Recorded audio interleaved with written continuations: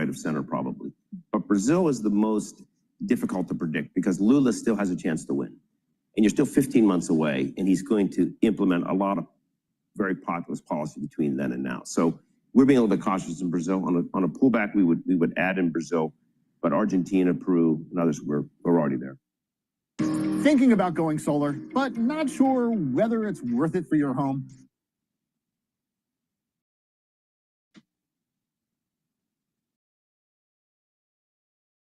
Committee as a whole, and they start cutting rates and we're still above target, I think that's a risk. That's the ultimate issue, which is why the criticism, to your point, is kind of misplaced to this Federal Reserve. They cut rates 100 basis points last year. Rates went up at the long end, so did mortgage rates.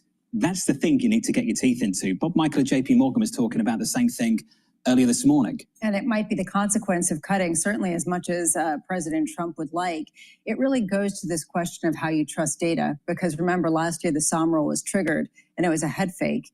And the Fed took that on its face and it cut rates significantly. And maybe in retrospect, Fed chair doesn't think it was a mistake, but it raises a question, what data do you follow to understand that dual mandate when you're looking at inflation at a fuzzy moment and when you're looking at the labor market at a fuzzy moment? The chairman of the Federal Reserve about 35 minutes away, alongside some of his peers, including the ECB President Christine Lagarde and the BOJ Governor Oweda. Look out for that a little bit later. Colin Martin and Charles Schwab, thank you, sir. Thanks, good to see you, Colin. Appreciate it. Thank you. Coming up tomorrow, Brian Nick of New Edge Wealth, Wei Lee of BlackRock, Sarah Hunt of Alpine Saxon Woods, and Jim Karen of Morgan Stanley from New York City. That does it for us this morning. Good morning to you all, and thank you for choosing Bloomberg TV. This was Bloomberg Surveillance.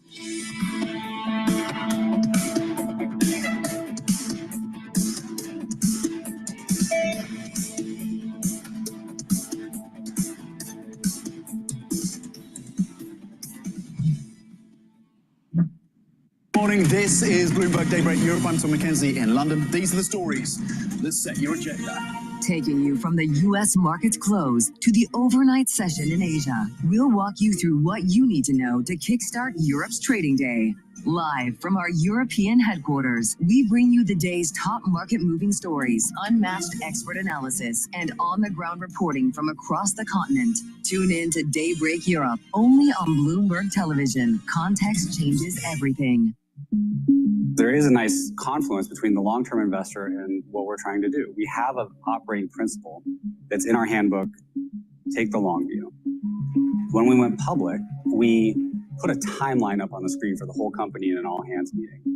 And that timeline went from founding to 100 years out. And the IPO was one dot in 1 year on that timeline. And we tried to orient the employees to, this is a wonderful event, this IPO, but it's a moment in time on a very long journey. This is a company that you want to exist in 100 years. We do. Wall Street doesn't think in. No, they think in like hours. Yeah. And what I've learned of Wall Street, and particularly Wall Street investors, when they say they are long-term investors, that means they'll keep your stock for like a month. There has been one instance where I did something that was just for short-term stock, and I felt so bad about it that I don't think I'll do it again. What was that? There was one quarter, a few quarters ago, we were not going to beat the quarter. We were going to probably just hit it. And so far, we beat every quarter. So we were all like, wait, what? Our perfect record. We're like a 4.0 student that is going to get a B for the first time. This is not good. And I decided that for a short period of time, at the end of a lesson in our app, we would show 2 ads instead of 1. Turns out that by itself was good enough to beat the quarter, but it's bad for the product. It's not good. After that, I never doing that again. I'm Alex Rodriguez. And I'm Jason Kelly. And we're back with more episodes of our show, The Deal. The theme of this season, On the Road.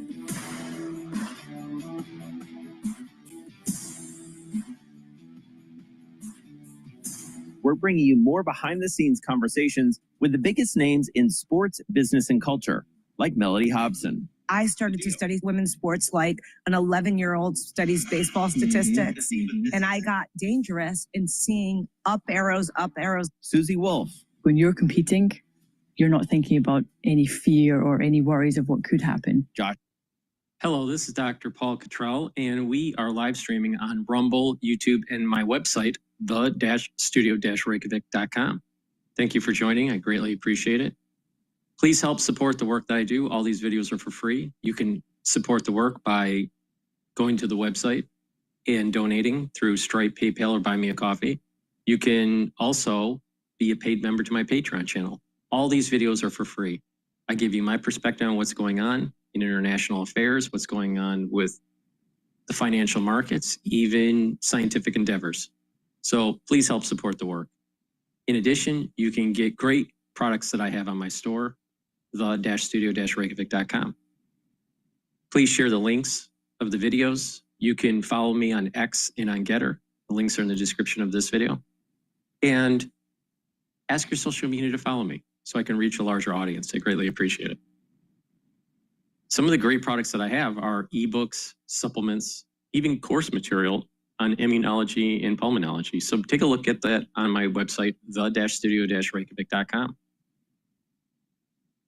So today we're going to be going over the financial markets.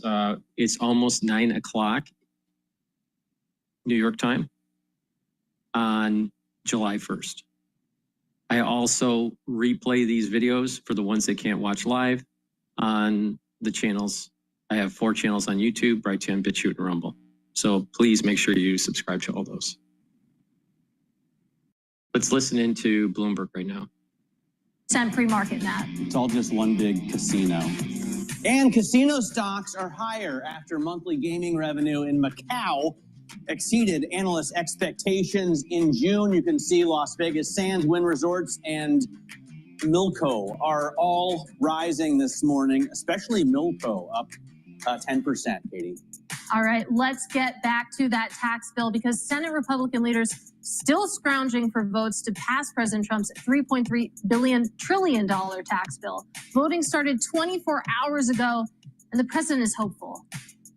Hopefully soon, hopefully today, if we can. Final passage. When I say final is, let's take Senate at a time, okay? But I think Senate should be today, and we go over the House. Joining us now is Bloomberg's Washington correspondent, Tyler Kendall. Katie's here, obviously, as well. So, Tyler, what have they achieved in the past 24 hours?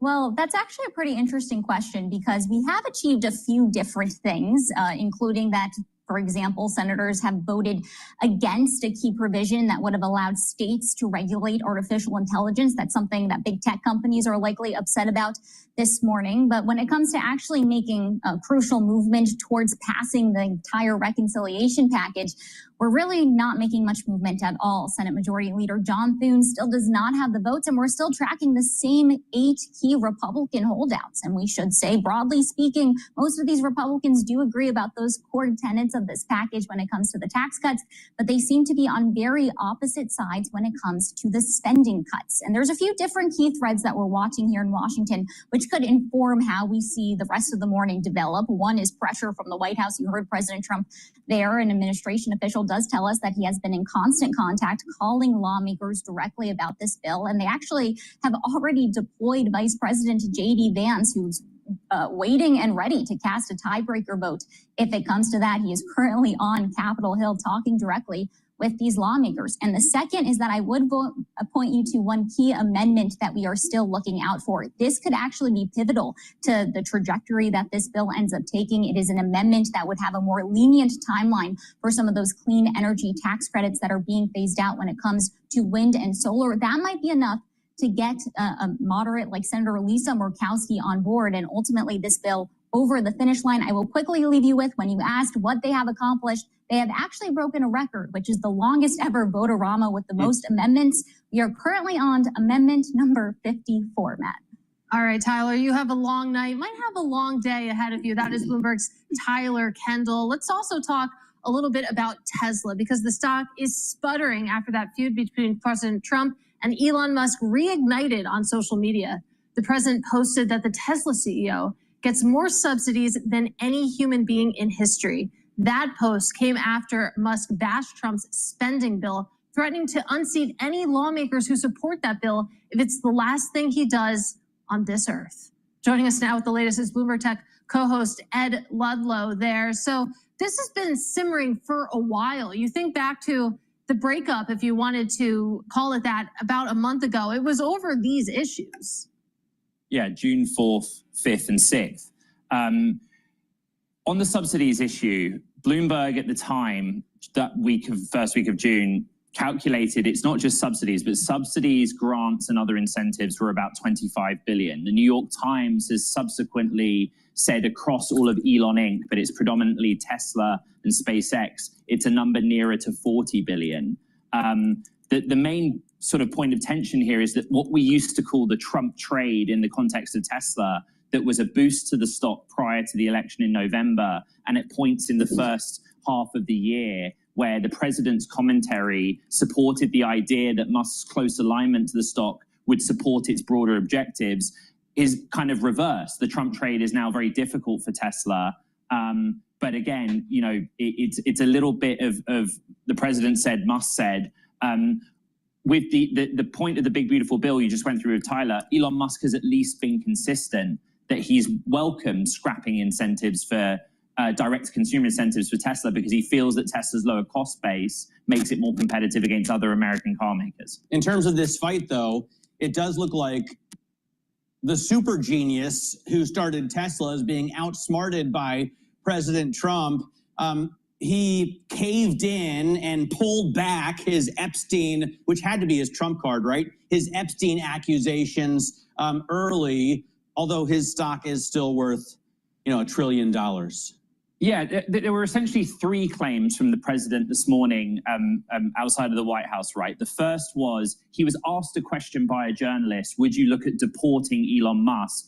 And the president answered in the affirmative. I would point out that Musk has spoken in interviews over about a 20-year period, but it was also in the 2023 biography by Walter Isaacson that Musk is a US citizen and claimed he took the oath of citizenship in 2002 in Los Angeles County.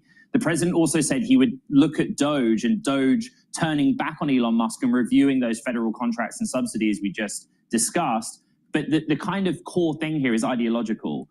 Musk has been consistent. He believes that he's worried about the national debt pile and not worried about EV incentives that benefit Tesla. The president says the opposite, that Musk is upset about scrapping direct-to-consumer incentives, and that you will also have seen the headlines from Treasury Secretary Bessent this morning, where he, I'm paraphrasing, but essentially says, Musk is really good at rockets, leave the finances to me. But that is the point of tension that is still there, and as Katie pointed out, has been there. Wait, Ed, did they actually get into a fist fight? That was, I mean, reported, or that was a rumor that I saw on social media.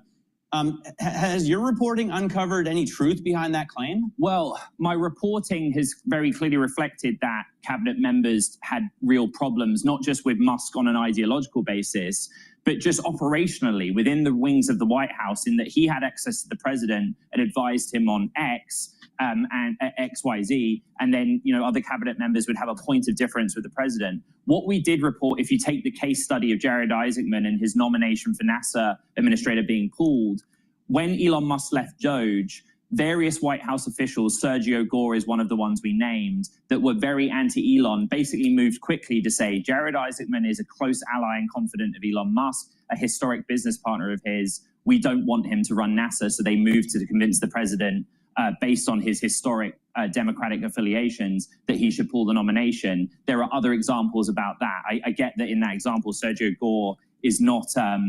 you guys see the red head? Sorry, we just broke that while we're on air. Well, I tell just us broke the about story. it, Ed. Yeah, sorry.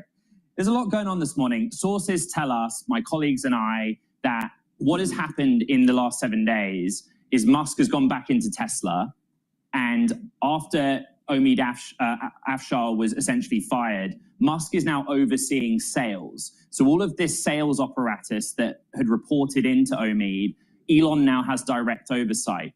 And what sources tell us is the reason that's important is we obviously get sales data this week. Globally, I think it will come in the next couple of days. But Europe's particularly troublesome right now.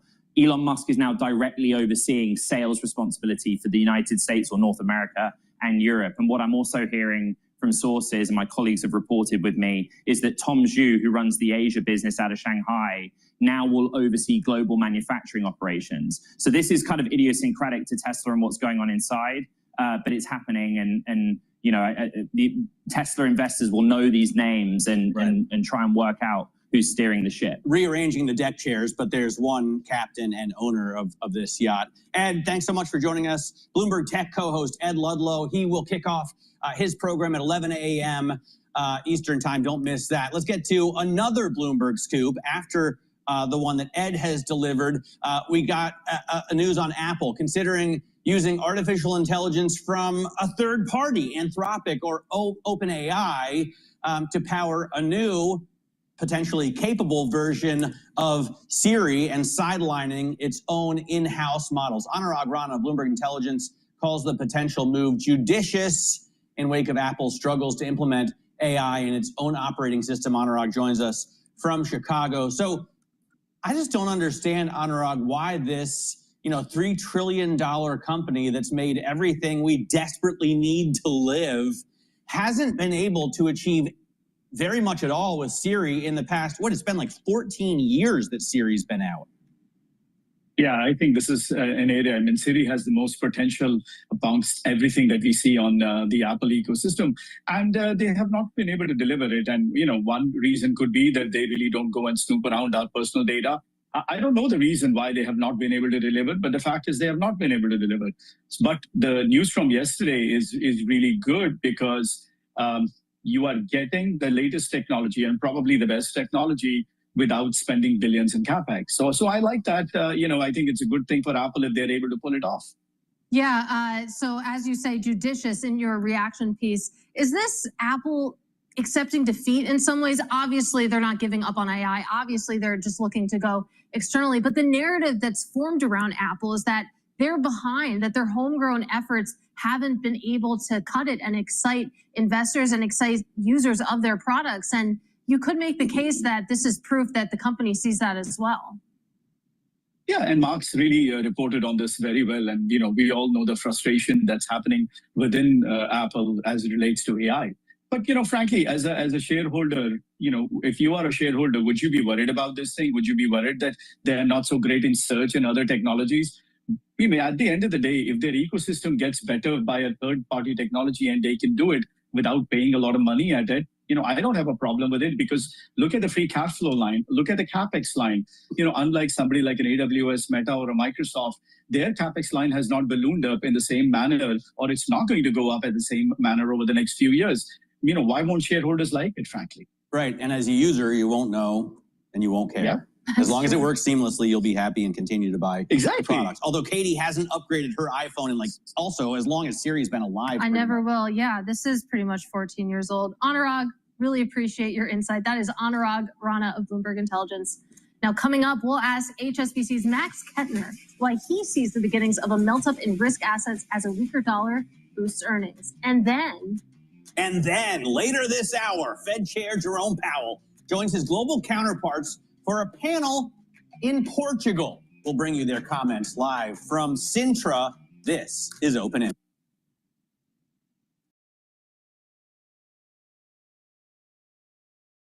All right, let's listen to Fox News about Mamdani. Again, thank you for joining.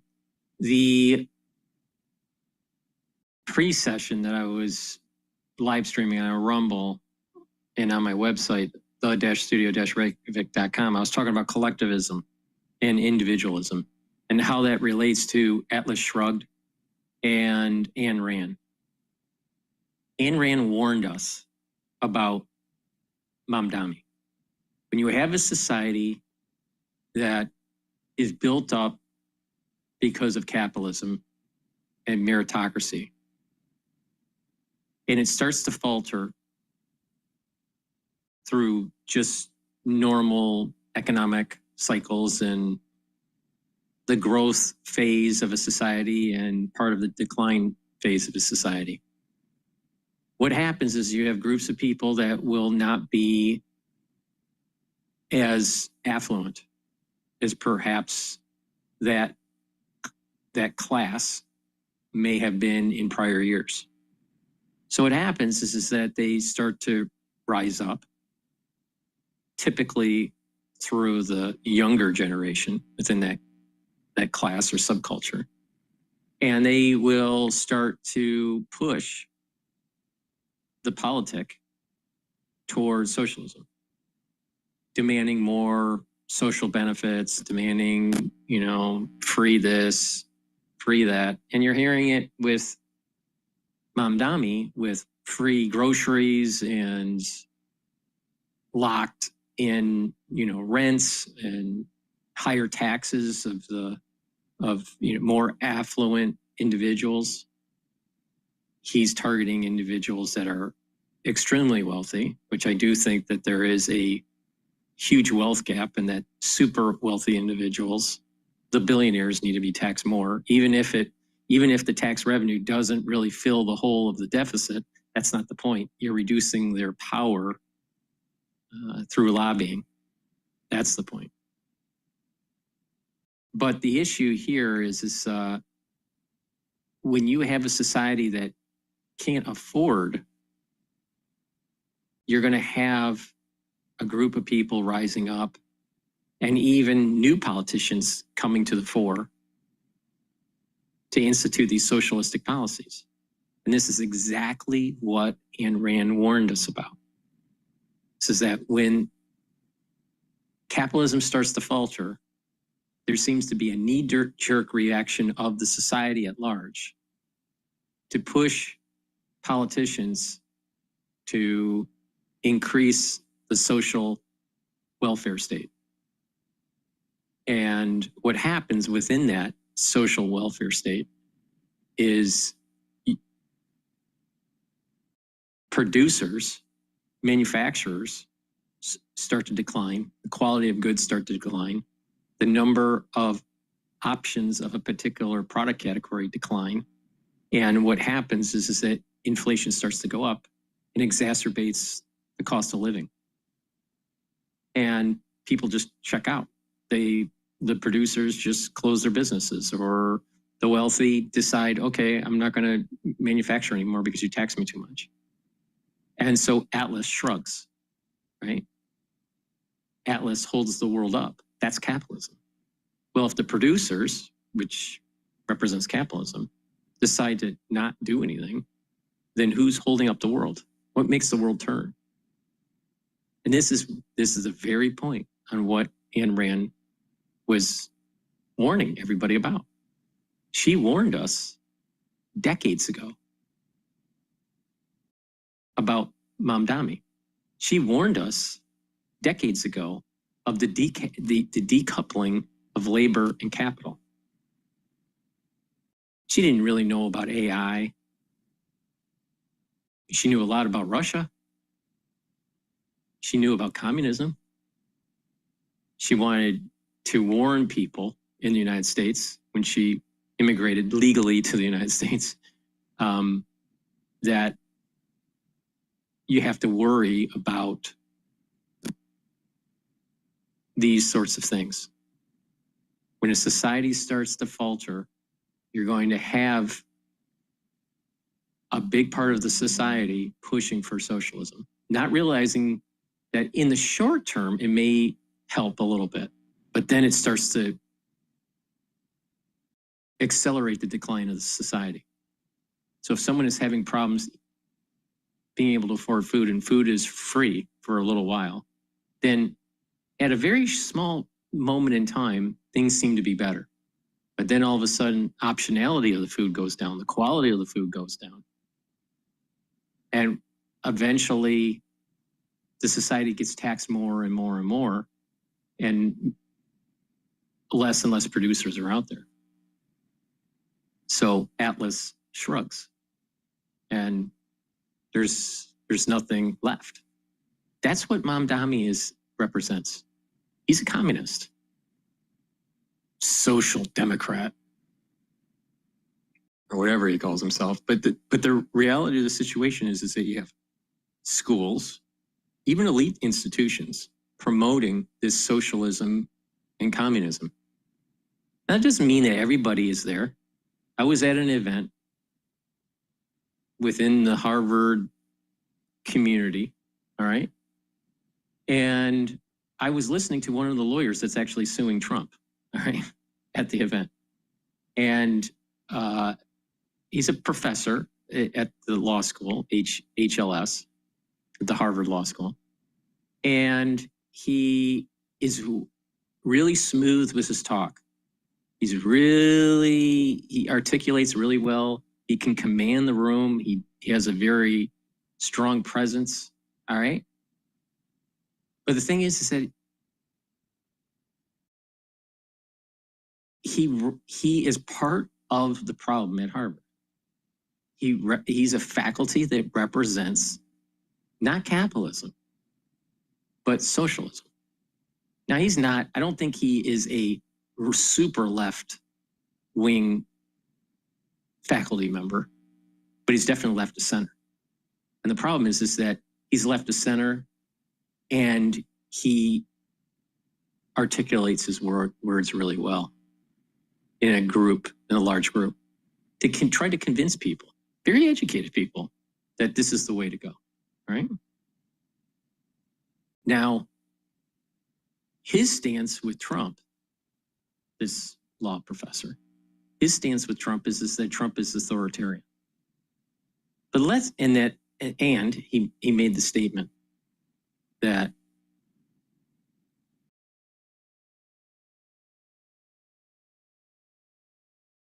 many people think, this is what he said, many people think that Harvard is just a bastion of super, communists and Marxists and all this. But there's so many people that are coming out of HBS, Harvard Business School, and HLS or the Kennedy School that are, working in finance and, and that's a capitalistic endeavor. And I'm like going, there are many people that come out of Harvard. And you have to take a look at what is the political persuasion of the college student, Harvard College, which is socialistic because of the faculty, and they've been primed even before getting in to be a socialist. And then the graduate students, and there's many different types of graduate students. There's the hard sciences, there's the business, there's the law graduate students, right? So if you just think that you're just going to think that HBS students are socialists, well, no, you're missing the point. Here's a classic example. Wu, double Harvard, Harvard College and Harvard Law. But Wu, Mayor Wu in Boston, is a super socialist. All right. I think she was a business major. She didn't work at, she's not, she represents a socialistic mentality. All right. So he was using the comparisons thinking that, well, it's everyone, that's not the point. Not everyone is at Harvard is a Marxist or a socialist. But there's a very small percentage that are conservative. All right. In the business world, it's about pragmatism. And as long as you can close the deal or get the job or, build your business, you will sway slightly with the wind. You won't go against the grain. All right. So they don't really have a conviction. The ones that are coming from other parts of the university, maybe even the Kennedy School because it's politics, or law school, or even the college. That's when you're a little bit more hardcore with the socialism and this collectivism that Ayn Rand warned us about. So I think his sample saying that Marxism isn't an issue or socialism isn't an issue on campus, I think his sample size was a little too small and selective to try to prove a point that it's not that big of a problem, but yet it is. It is a problem. But it's not just at the university, Harvard University. It's at many universities in the United States. And what's happening is the younger generation can't get a good job. Their entry-level jobs are going away because of AI. So this is what I call the decoupling of capital and labor and what happens. So you have there's a disconnect of younger people being able to contribute to society the way they thought they would if they worked hard. They'd get a degree, they'd be able to get a job. Well, they're finding out that even if they do get a job, they're very, very lucky, but it doesn't pay the bills. And so they have this discontent, and there's anger there.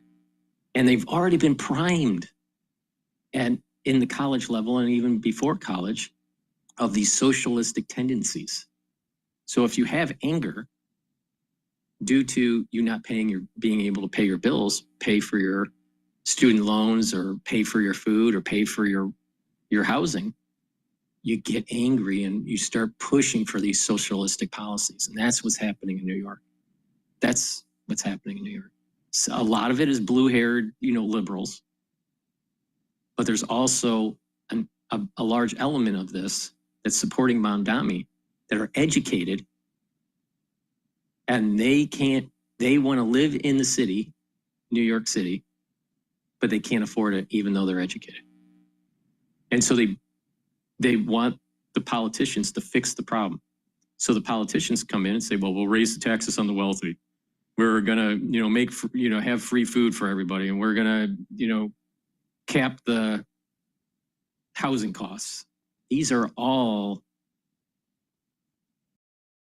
social programs, socialistic programs on the edge of communism that will make the society less productive and make things cost more. And things will start to spiral down. New York is right on the edge of a pre-Giuliani or a post-Giuliani era. If Mamdani comes in, it will fall to a pre-Giuliani day, where there's going to be more crime, more drug abuse, more businesses closing, and there's going to be a white flight and an educated flight and a wealth flight out of the city. Now, the question is, will Mamdani win? I don't know. I have a feeling he won't, but it's possible he does. There's a big push in the media to make him characterize him as some sort of communist, but he's damn close. I mean, he admits that he wants to control, his words, control production. That's exactly what Ayn Rand warned us about in Atlas Shrugged. The socialists, when things start to be problematic because of cost of living in the city, gets to the point where the politic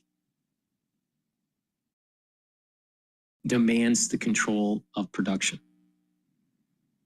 Controlling the railroads, controlling metallurgy, controlling food production, controlling retail. That's what Mamdani wants to do. And he's very similar. If you really listen to him, once in a while, he'll start talking like Obama. Just close your eyes and you just listen, and it's almost, there's an element of Obama in him.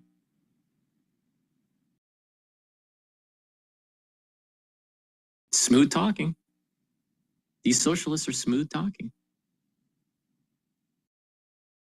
Very convincing, especially for a part of society that's very angry and concerned and worried about their financial well-being. And it's going to get worse with AI. Artificial intelligence is going to make this issue worse. Why? Because there's a decoupling of labor and capital. When you have a decoupling of labor and capital, what do people do? They're not employed. What do people do? Oh, just go use, universal income. That's a short fix, but all of a sudden the society starts to become less and less productive. What do people do? It's a very big problem. Very big problem. And everyone is so focused on how they will make their lives so much better if they use AI. Not realizing as you feed the machine, as you feed the AI, as it gets better, as it becomes AGI or ASI, AGI meaning artificial general intelligence, ASI is artificial super intelligence, but we are feeding the machine to compete against us. Oh, you can be so much productive at work until they lay you off. You got to pay attention to what's going on. Ayn Rand warned us. See, some books that are really important to pay attention to are those ones that warned us about the creeping of socialism, the creeping of totalitarianism. Now, this professor at Harvard from the law school, he was so focused on tyranny by Trump, an authoritative, Trump administration, totalitarianism. He was worried about that. But the reality is that it's the socialists, as they gain more power and destroy production, destroy capitalism, is going to actually usher in authoritarianism, totalitarianism. I think Ayn Rand was right. And she lived under the Soviet Union. So she knows very much what this all means. The United States, most people have not lived under those kinds of conditions. You'd have to be an immigrant that, lived under communist rule to fully really appreciate that. Most Americans don't know what that means. So they think that this is all academic and utopic, but it's not. It's not. And writers warned us about this. 1984 with the surveillance state. Atlas Shrugged with this battle between individualism and collectivism. People need to get educated. What's happening is that people are getting dumb because they're doing their TikTok scroll or their X scroll or their Facebook scroll or whatever. They're just scrolling their life away. And they're not realizing that there is a major battle that's happening right now. So people in New York are gonna be tested in November. Are we gonna have collectivism or are we gonna have individualism? Ayn Rand warned us. Ayn Rand warned us. Do not pick the collectivism route because it will lead to a destruction of your society. But all these educated people think otherwise. All these young educated, they're angry. And I understand why, because there's the gap, the wealth gap between the middle class and the upper middle class or even the super wealthy is very large, very large. Now, the statistics show that if you raise the taxes of the wealthy, the uber wealthy, that you're really not going to change the deficit. You're not going to really bring down the debt. Well, that's true. That's true. But what you're doing is you're reducing their power because it's the power that they have is through the money. And that's why it's so important to have, for the uber wealthy, they should be taxed more than 50% of their income. Now, people would say, Dr. Paul Cottrell, you sound like a socialist.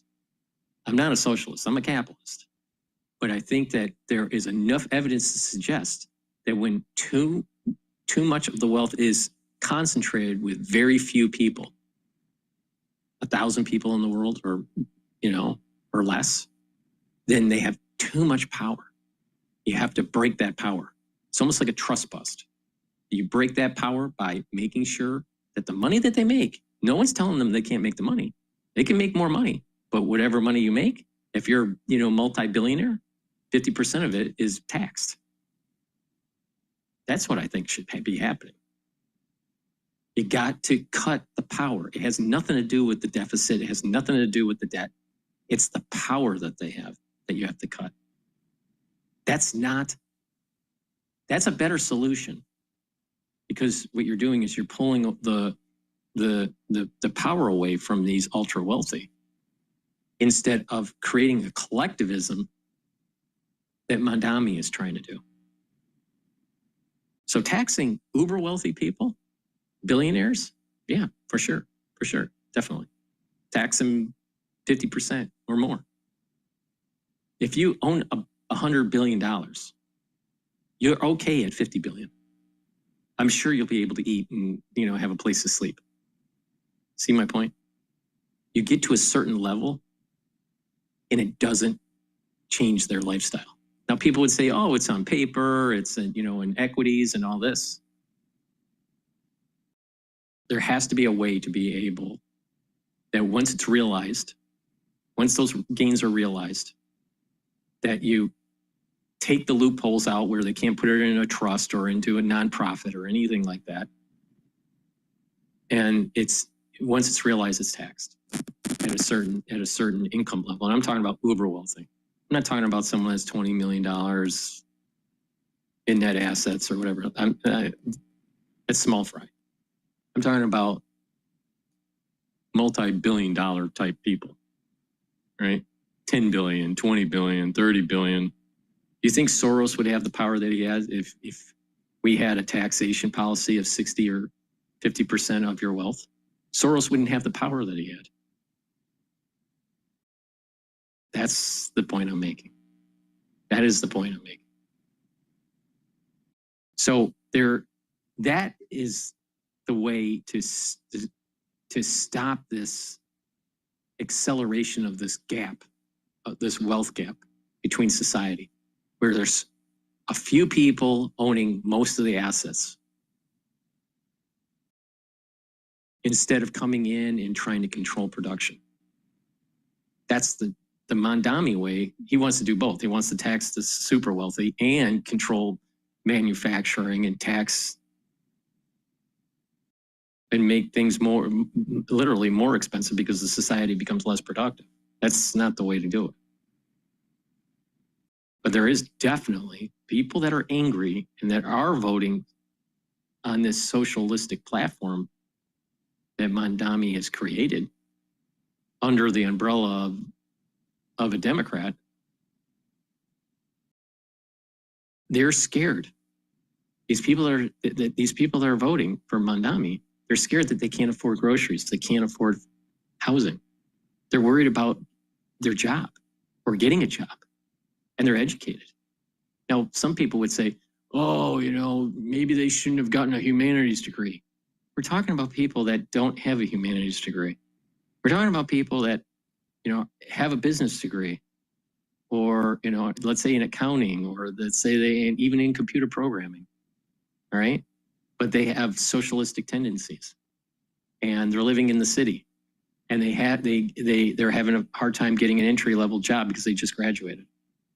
That's the type of person that we're talking about here. Or someone that is working, let's say 3, 4, 5 years into their career, and is struggling because the cost of living is too high. These people are scared. They don't know what to do. They're asking for help, and no one's helping them. Until someone that's smooth talking, like Obama or Mamdani, comes in and pushes socialism. But we have to make capitalism robust. That's the solution. That's what Ayn Rand was saying. You have to make capitalism robust and make sure there's opportunities. Now, I don't know what she would have thought about the idea of taxing the super wealthy at a very high tax rate, because when she started writing these things, we had a higher tax rate on individuals that were wealthy. And the problem that we have today is that because of the managerial class and stock options with their pay package, these people are getting wealthy like at a much faster rate than in historical times. So the managerial class is part of this. This is, for example, the managerial class. Tim Cook. Tim Cook's part of the managerial class. He wasn't a founder of Apple, but he's making a lot of money. He's not making a lot of money. He is part of the managerial class that has gained so much because of stock options. There needs to be ways to have the society tax these types of individuals at a very high rate to try to equalize some of this disparity. Because if you get lots of these individuals accreting a lot of the assets of the society, then they have much more power on K Street for lobbying. And the average citizen does not. And again, AI is going to change things in such profound ways. When it comes to the decoupling of capital and labor, we fully do not understand what it means. There's no real economic model to fully understand what's going to happen. One side of the spectrum, people think, oh, things are going to be so much better in terms of opportunities. The society will produce things faster and more efficient, and there's going to be lots of jobs. There's going to be creative destruction, and don't worry about it. And there's another side of the spectrum is saying it's going to be a dystopia, and that you're going to have more of this collectivism, and the society isn't as robust. And who buys the stuff that AI makes if no one is employed? So no one understands that. There's no real economic theory. I've thought about it for a long time, and I have not found anyone to adequately give me a good answer on what happens to society when you decouple capital and labor, especially in a capitalistic society that the United States is. And the best answer they give is universal income. Well, that's not the answer. That was tried already in Russia. All right, this is the welfare state. That's what they're saying. It's a welfare state. That's the solution. So let me get this straight. Sam Altman becomes a multi-billionaire, so most of the society in the United States ends up being on welfare. And for him to be the billionaire, you have to feed the questions and the prompts for the AI to make it smarter.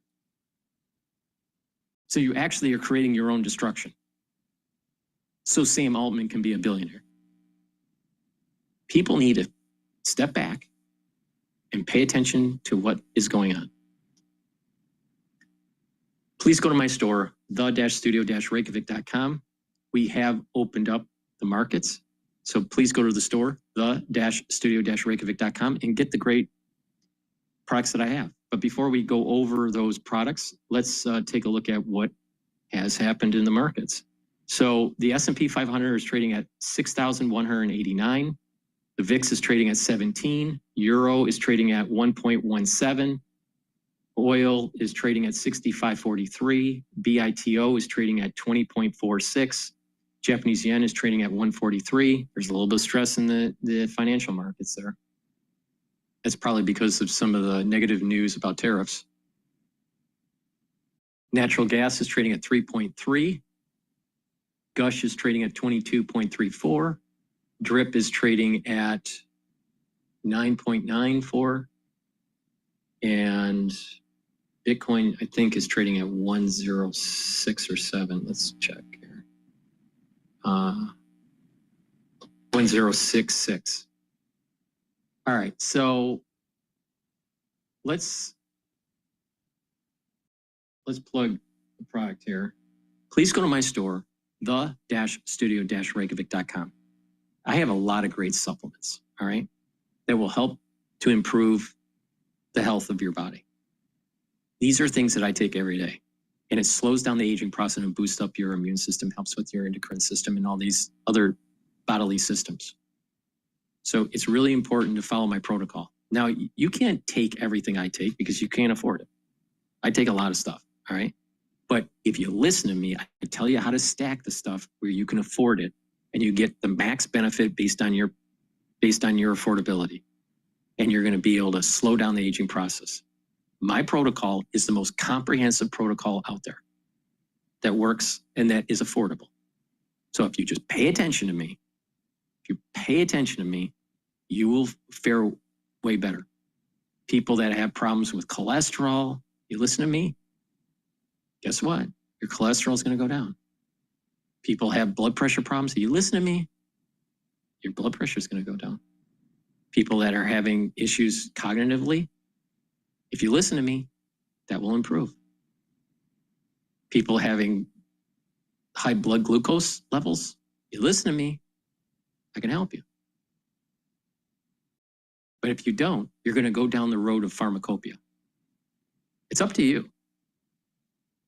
But the stuff works and it'll help to slow down the aging process. So one great product that I have, that's the fourth pillar of my core protocol that I'll be talking about later, is Boomer Boost. Boomer Boost has 68 nutrients. It has a very comprehensive compound profile. It's a powder. You get a big scooper. This is a month's supply. You take 1 scoop a day. Mix it with soft foods, filtered water, or milk, or even a smoothie, but take it every day. That's your breakfast, right? And you're going to lose weight safely, and you're going to have a steady burn of energy throughout the whole day. And it targets different systems. It targets your heart and your vascular system, your brain function, your musculature, and your energy levels and your metabolism. Take it every day, and you're going to start noticing within 72 hours the benefits of this. So please go to my store and take the Boomer Boost every day. Now, if you want, take a look at the label on my website, and you're going to notice that there are some really, really great ingredients in that powder. Take it every day. It's super important. It's the fourth pillar of the core protocol. And that core protocol is cleanse, max 14, max 35. That's helping to boost up your immune system. C60 soaks up free radicals. Turmeric, ashwagandha, and lignans boosts up that immune system, helps with your vascular system. And then Boomer Boost boosts up those energy levels and revs up that metabolism. If you listen to what I just said, you're helping your immune system, you're soaking up free radicals, you're helping with your vascular system, your immune system, and revving up your metabolism. These are targeting all things that are age-related. When you start to grow older, you start to have more free radicals. When you start to get older, your immune system goes down. When you start to get older, you have less energy. When you start to get older, your arteries start to clog up.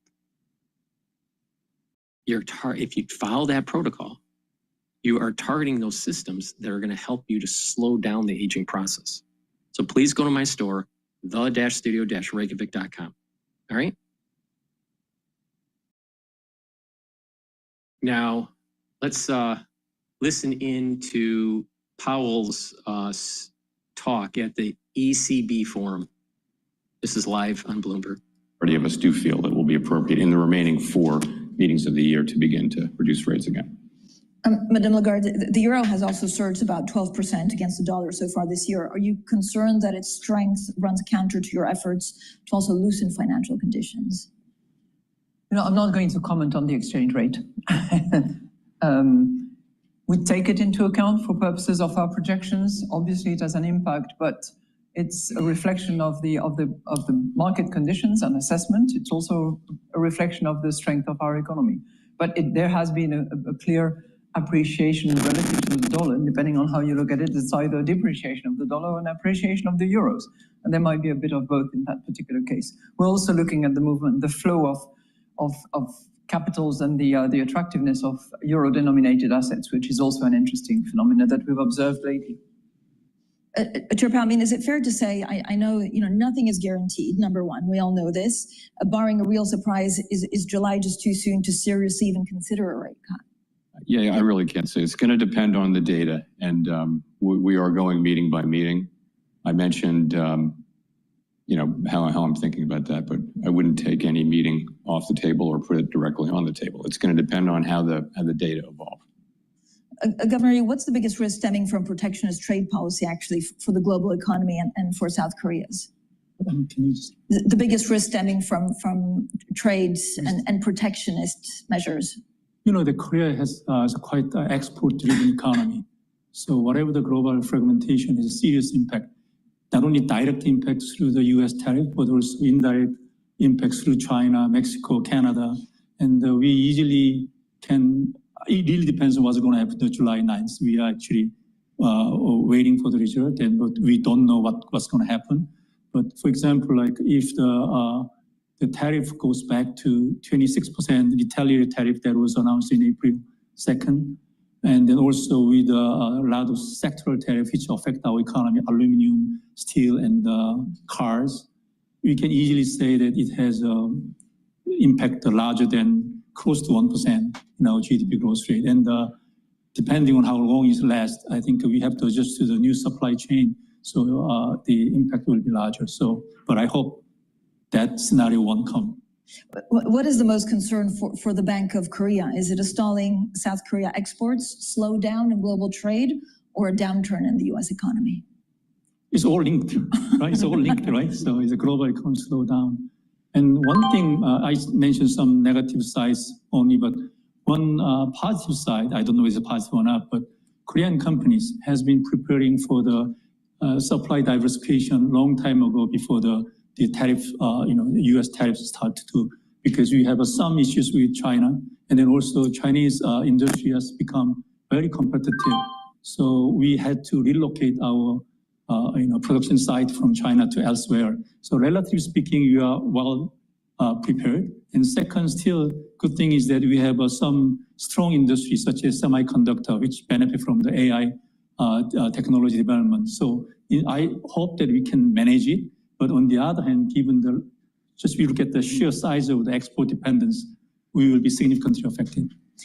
Governor Bailey, do you think interest rates will be closer to 3 or 4% at the end of the easing cycle, given all of the inflation and trade dynamics? That's a subtle way into the R-style question, actually, I would detect. So look, I'm fairly cautious about the whole discussion of the level of R-star and therefore sort of where rates are going to reach in the cycle. There is huge uncertainty around it. What I think is important and what we spend our time looking at is how restrictive is policy, both now and going forwards. And our staff do a huge amount of work on that front to judge the restrictiveness of policy in the current context. And how it's how restrictive it's going to be looking forwards if you project forward with the market curves. And the assessment we've got at the moment is that policy remains restrictive. It will continue to be restrictive, although the level of restrictiveness will come down over time, which is what I would expect. So I would expect that level of restrictiveness to come down to a point where it goes more neutral. But I think you have to judge that in context.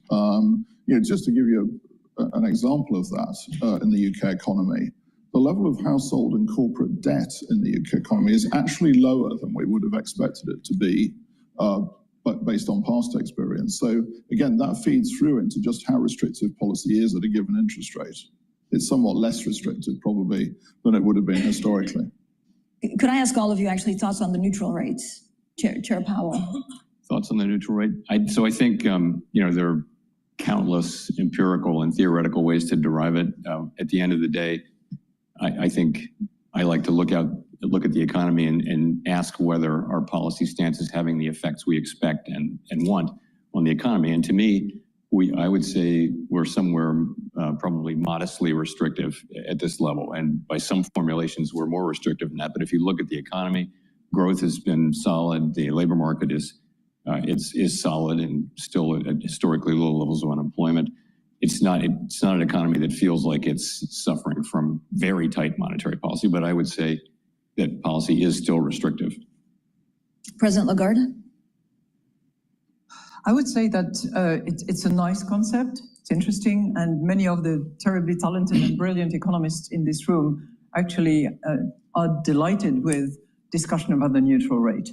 But honestly, as we're getting, closer to target and to where we should be, or are where we should be, and I don't want to pass judgment on that, I think that discussion becomes less relevant. I think what our staff at the ECB measures is leads us to believe that it is higher than where it was before the great financial crisis, but it's relatively low as well, compared, for instance, with what the US neutral rate is at the moment. But it's, in a way, it's a bit of an illusion to discuss that at the moment, because the neutral rate is normally defined in a world where there is no shock, where you have perfect equilibrium. Now, are we in a world with no shocks at the moment? I don't think so. So it's nice to have as a concept, nice to elaborate on it, nice to do research on it, but to use it at the moment where we are as a guiding principle to where we should be, I don't think is. All right, let me give you my take on the market right now. The S&P 500 is at 6,198, and the VIX is at 16.98. So good number there. What I'm a little concerned at is that the yen is trading at 143. Anything at 143 as it's approaching 140, that's a sign that there's a little bit of turbulence in the international markets. So we have two positive indications that the market is risk-taking, and then one indication that there's some stress in the international market. That's based on the yen. And the euro really climbed. It's now at 1.18. It's probably tied to the tax bill, assuming that it may be adding to the deficit, and that's weakening the dollar. So I think that's what's really going on there. All right, so the oil is trading at 65.38. So let's talk about the equity market here. The equity market, again, is trading at 6,197 for the S&P 500 with a low VIX.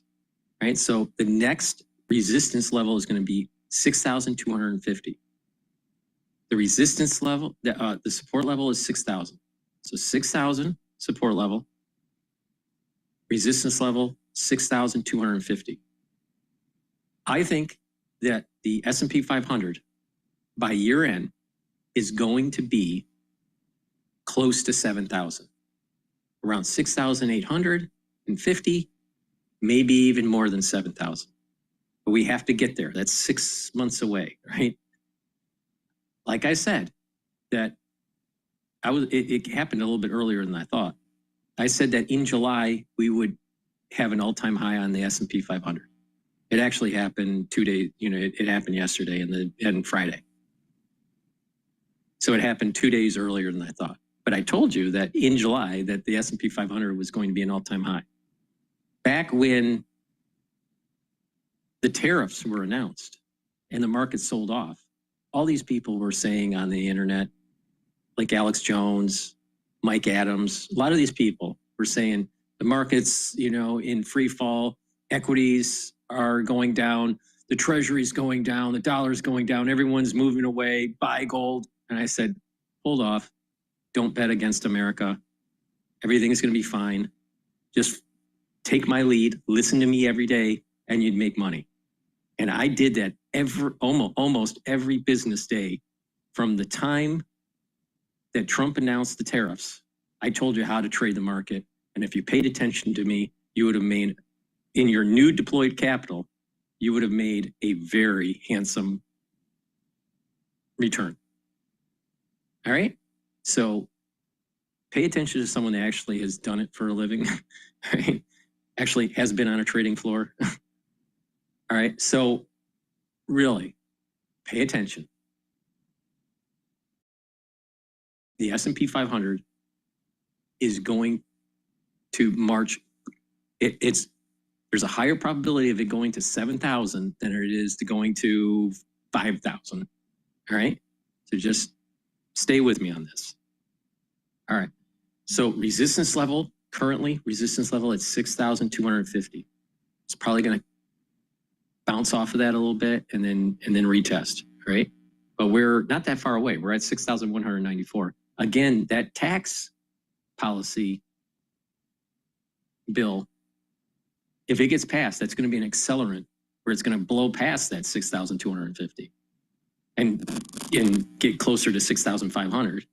And then if we get a little bit of stabilization with the tariffs, you know, there's a little bit of negative news coming out with the tariffs right now. But if some, you know, really positive news comes out, there'll be an additional accelerant that will let the market continue to go up. If we have less inflation and the job market is actually a little bit soft, the Federal Reserve is going to lower rates. And when that happens, more accelerant for the S&P 500. This is why I keep on saying that if these stars aligned, tax policy, inflation stays down, and positive news on tariffs, and the Fed starts to lower rates, then it's going to be more accelerant. Now, question is, will the Fed lower rates this year or next year? I'm starting to think that they're going to stay steady throughout this year. I don't think I don't think the job market's going to soften enough to convince them to lower rates, but we have to see. But I think we're going to see something very close, if not past 7,000 for the S&P 500 by year end. Now, oil is trading at 65.45. All right. Now, before the Israeli attack with Iran and, you know, us bombing Iran too, oil was trading just below 65. It was trading in a range around 61 to about 64 handle. Then it jumped up and went all the way up for WTI to like 78. People were thinking it was going to go above 85 or maybe 100 and all this stuff, right? And I shorted it. I kept on shorting it. So I made money on that by shorting oil. I'm out of oil position. I'm actually in natural gas right now. So, but oil has been hovering at 85 ever since. So the question is 85 a support level or is 85 a resistance level? We don't know. It's just kind of waiting there. Now, one way to play it is to do a straddle position. Another way is just to wait it out, which is what I'm doing, to see if it drops below 85 and starts to go back to 63. I think fair value right now is around 63 to 85 handles. And then you trade that range. But we may actually see something that's more like 85 as the bottom, and it's going to trade closer to 67, maybe even 68. So the question is it 63 to 85 or 85 to 68? We don't know. When you look at the fundamental analysis, there's an argument that 85, it should be above 85.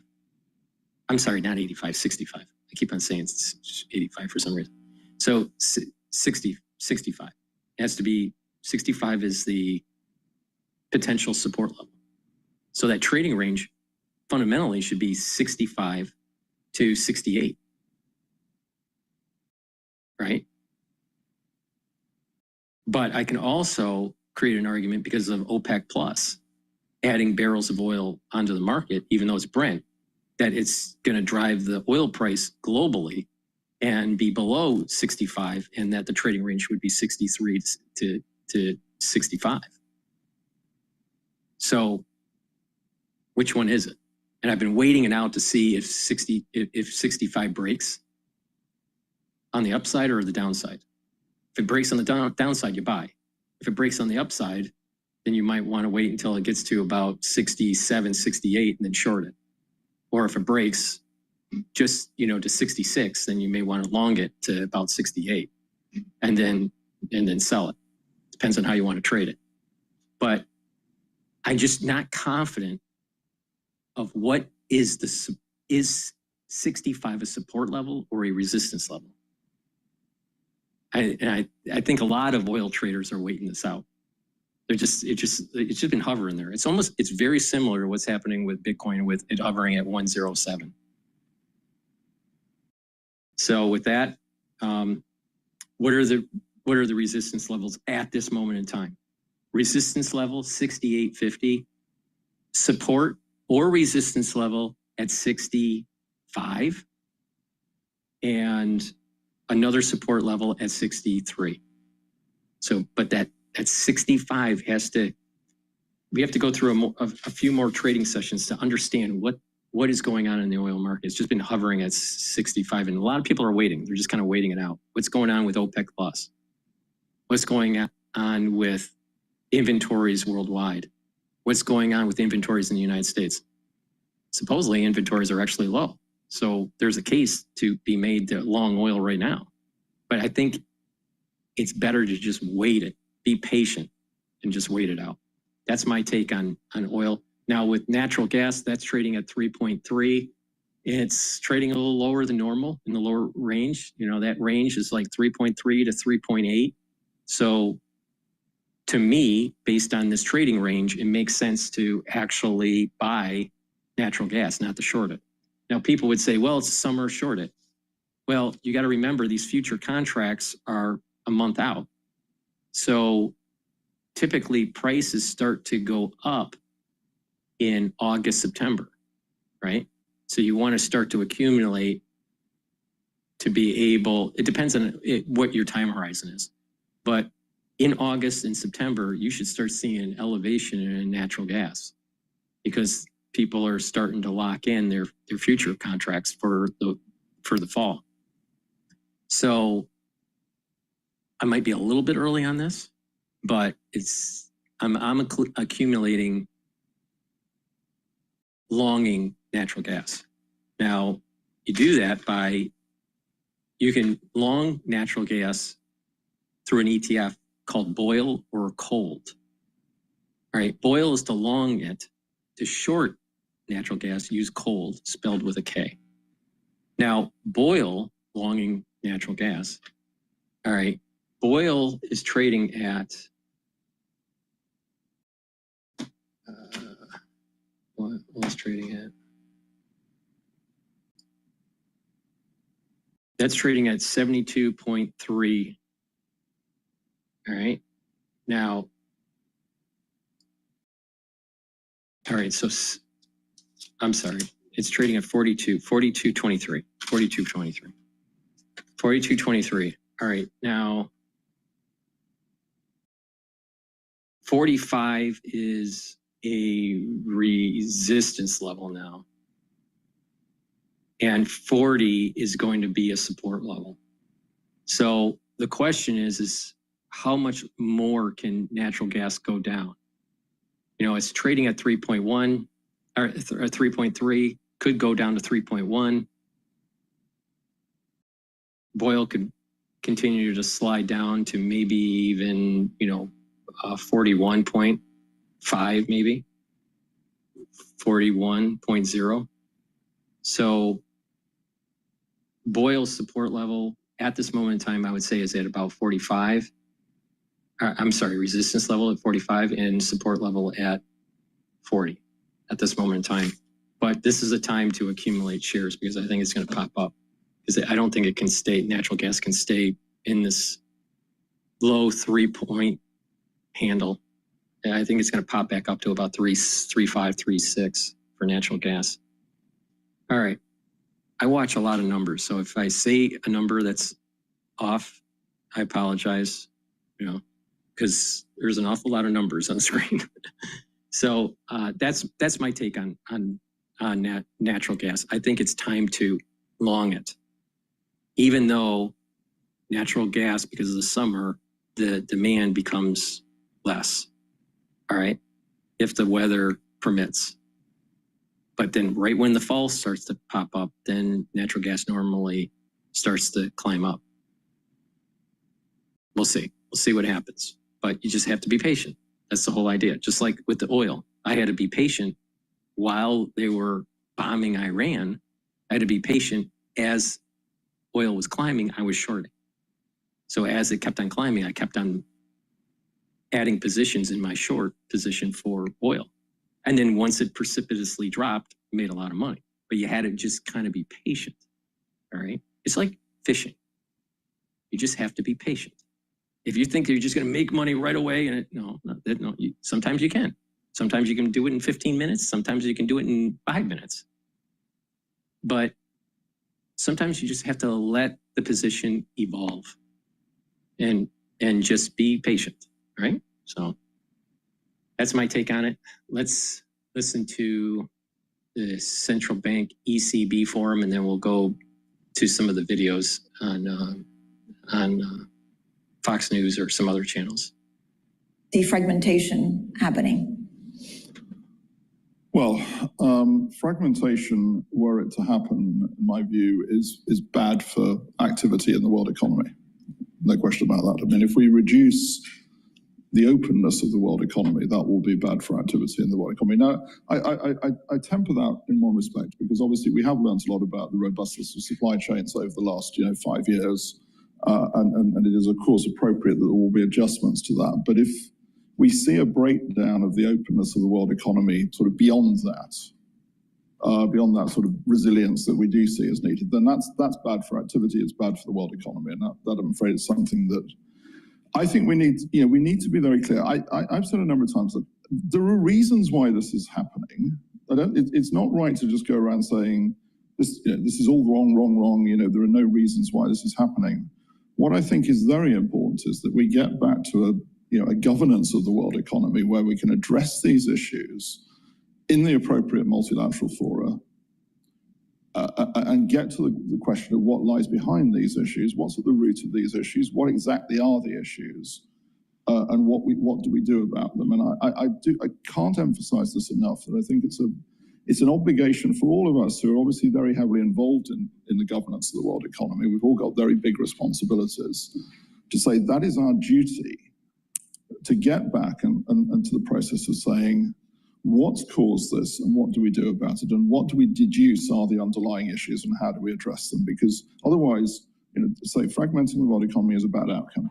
But what kind of fragmentation would it be? Is it, again, are you fearful that the world is splintering irrevocably, or is there a pool that's just moving? Well, I think if it was a breakdown of trade in the world economy, obviously exactly how that would manifest itself would remain to be seen. But it would be running against a long period now where we've been building the resilience of trade in the world economy. We've been building openness. But as I said, I want to sort of temper that by saying, look, there are issues. I don't think we should say there are no issues. This is all made up. There are issues, and we need to address what they are and work them out. But we need to do that in the context of a commitment to a robust, open world economy. Governor Rhee, as the only governor here representing a non-reserve currency country, how concerned are you about fragmentation of the global financial system and the risk at the end of the day that the US may be less willing to provide dollar liquidity in a future financial shock? No. But I think I mentioned that we are quite vulnerable to the fragmentation. But in reality, as a small country, it's a pity that we can raise our voice, but in reality, we cannot change the course. So we have to probably take it as an environment and to adapt it. What matters is we talk about economic fragmentation, but for a country like us, the most serious issue is combined with security. And for that issue, let me stop here because I don't want to go further. But as for the dollar liquidity support, as demonstrated during the global financial crisis and pandemic period, the standing dollar swap lines with 5 international financial centers and the 9 ad hoc temporary swap lines for the 9 non-reserve currencies. That was crucial in restoring the stability in the global world. And if another global dollar shortage hits, I believe that the US Fed will extend their swap lines again, which is very important. And but one other problem for a country like us is we know that the US provide ad hoc swap lines as long as there is a global dollar shortage. But issue is what happens if there is our own problem and there is no global dollar shortage. Our understanding is that Fed cannot extend the swap lines in that case, and we have to self-defense ourselves. That is why I think having a adequate, sufficient level of reserves is very important. And recently, thanks to the introduction of the FEMA repo facility by the Fed, actually these reserves become much more effective tool to defend ourselves. J. Powell, on fragmentation? Well, I guess I'll just agree with what Chang Yang said, which is, or point out that nothing has changed relative to our swap lines. We still have the same authorities, and we're still prepared to use them in situations where it's within our legal authorities and where we think it makes sense. So that is, we're aware that that's a big contribution that we. Now think about all those people that say go to Europe for investing, or China, and now you're having forums saying, well, if things start to break apart, they need a bailout from the Federal Reserve from the United States. Other countries need a bailout from the United States if things start to fall apart. Does that sound like a safe investment to go into emerging markets? Does that sound like a safe investment to go to Europe? Does that sound like a safe investment to invest in the BRICS? Really? This is why I said, and why these people for the last 10 weeks have been wrong. All these economists, all these fund managers, they were wrong. The reality of the situation is you don't bet against the United States. Ever, ever, ever, ever, ever. Write it down on a piece of paper. Never bet against the United States. She will always surprise you. It's that simple. It doesn't have to be complicated. You don't need differential equations. You don't need, some sort of integrated formulas to figure it out. No, it's really simple. And everyone that didn't do what I told you to do, they lost money. They didn't make money. They lost. And now what they're doing is they're trying to sell their repositions that they did 10 weeks ago, or even 8 weeks ago, and have to come back in, and they missed the rally. They just missed it. So now it's like afraid of missing out. So it's FOMO, afraid of missing out, right? So everyone's FOMO now for the S&P 500. But if you listened to me 10 weeks ago, guess what? You would have been fine. You would have been fine. And now you have an economic forum. You have a ECB forum talking about, we're a little bit worried about defragmentation, and that if things start to slide in other countries, that the Federal Reserve may not bail us out. They may not provide those swap lines that we need dollars, because they'll need the dollars to buy the treasuries to go to a safe haven, because it's the risk-free rate. But you listen to all of those people that were experts. They said, go buy gold and hide it under your bed. Yeah, they didn't do so well, did it? Fucking clowns. Clowns. There's a lot of clowns out there. A lot of clowns out there. All right. Please go to my store, the-studio-reykjavik.com. I told you how to look at the equity market, the oil market, and the natural gas market. All right. Right now, the natural gas is trading at 3.299. Please go to my store, the-studio-reykjavik.com, and take the supplements that I take to slow down the aging process and to get healthy. All right. Boost up that immune system. Now, let's talk about the first pillar of the protocol. You can take Max 14, Max 35, or Cleanse. Cleanse I have in stock. Take a teaspoon a day. This is a 30 parts per million.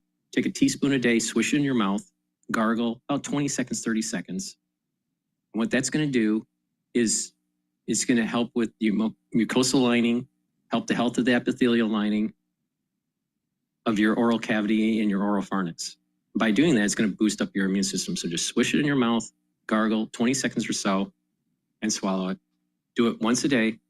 If you're not feeling well, or people around you aren't feeling well, take a tablespoon or two a day until you start feeling better, and then go back to your maintenance dose. It's a great way to use as a prophylactic, all right, to boost up that immune system. So please go to my store, the-studio-reykjavik.com, and get the cleanse. Also, get the great soaps that I have. I have charcoal tea tree, lemongrass, lavender, and also peppermint. These are structural nano silver soaps, very high quality. These are soaps that I use. Get a few bars for your household. to help support the work I do. All this that I'm telling you is for free. But I want you to get these products because it's going to help your health and wellness. So get a few bars for your household. Use discount 5. You get $5 off any order. If you spend $150 or more, you do get a free gift until supplies last. So please go to my store, the-studio-reykjavik.com. And then another thing that's really important for your health is vitamin C and magnesium. It's a dual purpose product. It's going to help with your skin. Vitamin C helps with skin. Vitamin C and magnesium helps with your immune system. And magnesium also helps with your brain function. So please go to my store, the-studio-reykjavik.com, and get the vitamin C with magnesium. Boost up that immune system. Use discount 5. You get $5 off any order. And if you spend $150 or more, you get a free gift until supplies last. Please go to my store, the-studio-reykjavik.com. So now, instead of talking about defragmentation of the financial markets, let's go to Fox News. They're talking about Mamdani and collectivism. Hello, my name is Adam Ferrari, the Chief Executive Officer of Phoenix Energy. I look forward to you joining us at our next investor webinar. It's alive. Oh, it's alive. It's alive. It's alive. It's alive. Democrats created their own monster over the past decade, and now the monster is coming to devour the entire party. Now, at first, the liberal laboratory that produced the squad, well, they thought the future looked bright. But now, in the New York mayoral race, the future looks red, as in communist. Whether it's BDS, right, or whether it is the end goal of ceasing the means of production, is that it is critical that in the way that we organize, the way that we set up our work and our priorities, that we do not leave any one issue for the other, that we do not meet a moment and only look at what people are ready for, but that we are doing both of these things in tandem. Because it is critical for us to both meet people where they're at and to also organize for what is correct and for what is right. Of course, the Democrats in leadership are left-wing as well, but they're not totally suicidal. And they're all doing the endorsement dance. Have you endorsed him yet? I have not. So what's holding you back from endorsing him right now? Because he's a communist. Well, we don't really know each other well. Our districts don't overlap. I have never had a substantive conversation with him. Oh, God, you can feel the dyspepsia there. Here to discuss is G. Van Fleet, author and survivor of Mao's Revolution. G, you know something about socialism and communism. And he's talking about state-owned businesses back in 2021, Mamdani, and a lot of free stuff. What's your take on this, and what's your warning tonight to America? Yeah, I want people to know he is more than just the typical woke Marxist that focus on identity politics, DEI, and oppressor and press narrative. He is a full-fledged communist. I don't know whether the New York voters understand what it means. That seize means of production. That means abolish private property. That means the state will take over businesses, capital, land, and the resources. And that's the place I came from. I shopped in the government-owned grocery store. And what it is like, long line, ration, and empty shelf. And I lived in a government-granted housing. My family of 5 had 1.5 rooms, and we were lucky because we share bathroom with 4 other families. Others, they have an outhouse. And I grew up in and I endured the educational system that required that every day we raise our class consciousness. And what that means is to follow the party line. And I escaped that world. I came here for freedom. And if America falls, all of us have no place to go. New Yorkers, you have to wake up. I'm so glad President Trump sees through it and call him a communist. Mm-hmm. We need to hold the line in New York, for sure. Because if this happens in New York, it's going to start launching a communist wave across the United States. New York needs to hold the line. It needs to push back. It needs to push back communism. It needs to push back socialism and bring back that laissez-faire capitalism with a twist. Like I said, the ultra wealthy, the billionaires, almost trillionaires, they need to be taxed a little bit higher, like by a lot, you know. So, but the thing is that we need to promote small business. We need to promote capitalism. We need to promote low taxes. We need to promote freedom of ideas. We need to promote individualism, not collectivism. You know, that whole idea of the Pride, you know, Pride Month and all that, that's a collectivism that's taking place. To prove my point, the acronym that they have, LGBTQ, blah, blah, they keep on adding in letters to the acronym. That's a collectivism, all right? But the big point here is that we need to learn from Ayn Rand and people that actually lived recently in communism, either in the Soviet Union, like Ayn Rand did, or this woman under the CCP. We need to push back. New York needs to hold the line. Who's John Galt? Who's John Galt? People need to rise up and say, who's John Galt? Who's John Galt? Because if New York falls, that's just one more inch towards the CCP taking over. And like I said, a long time ago, the big focus isn't focusing on the little bullshit that's happening in the news, like firefighters getting blown away during some sort of arson. I'm not even paying attention to it, so I don't even know exactly what's going on in Idaho. All right? That's not the game.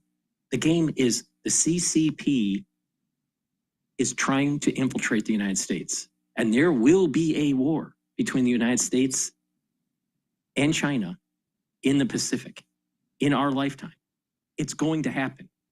Now the question is, do we have the fortitude to win and to maintain our Western lifestyle? Or are we going to usher in communism?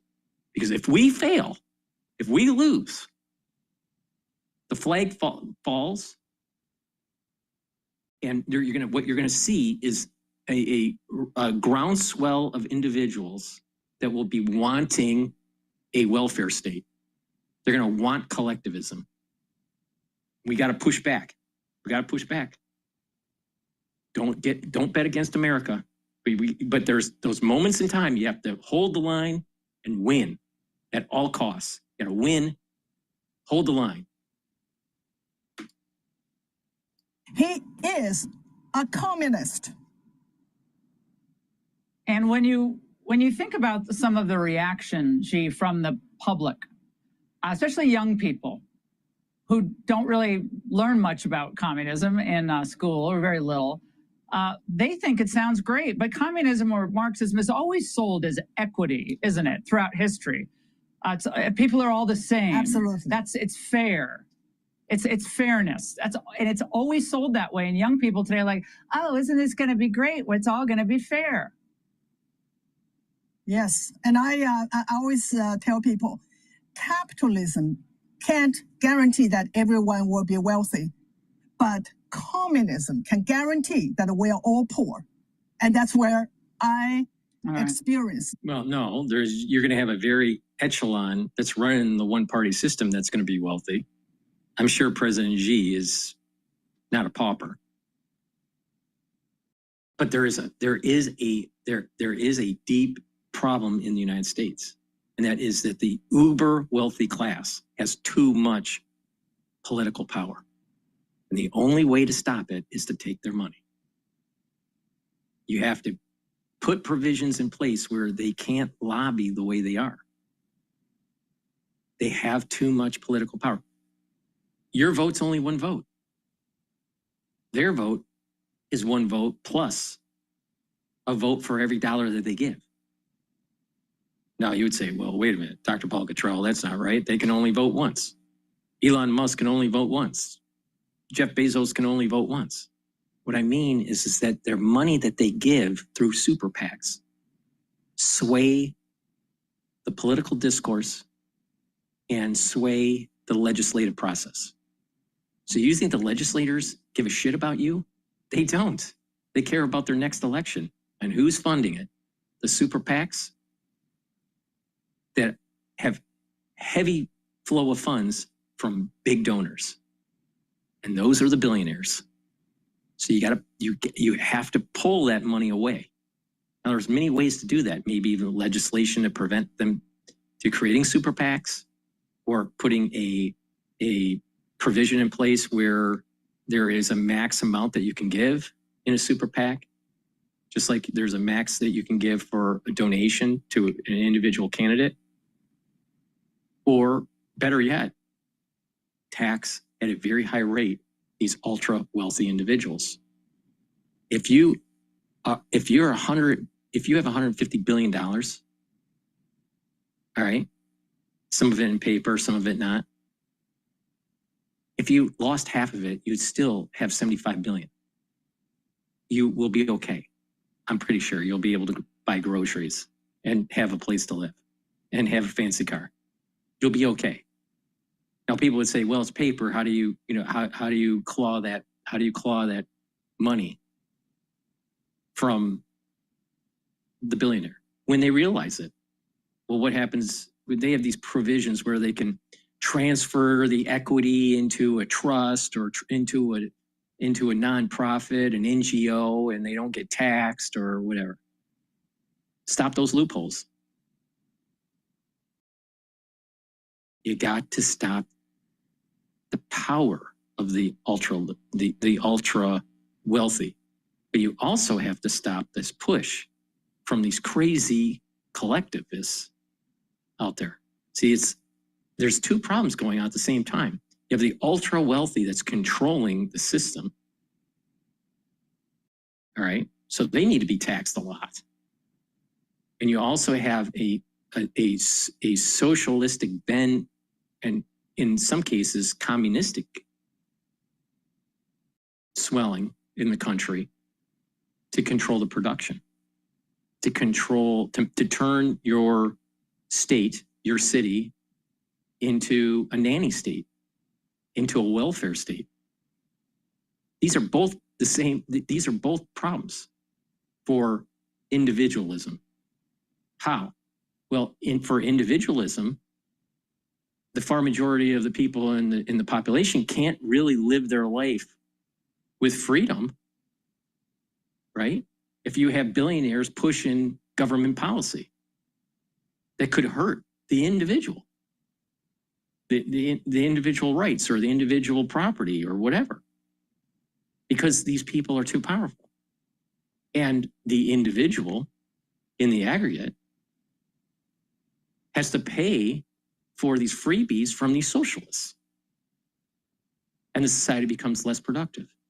And inflation hurts everybody. Except if you have high debt and you're paying it with cheaper dollars, but that's a different story. But the point here is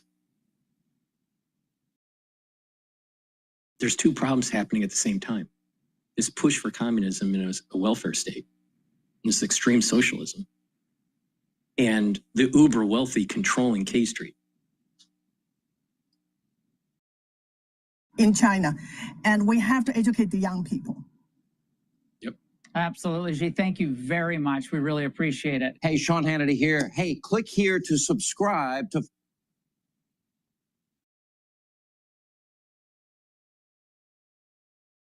I mean, it's just, I mean, do we really want to turn? All right, let's take a look at the Hill here. The Hill did something about this. Are you feeling stuck with $10,000 or more in debt and all the interest that comes with it? Try national debt relief, as seen on the Wall Street.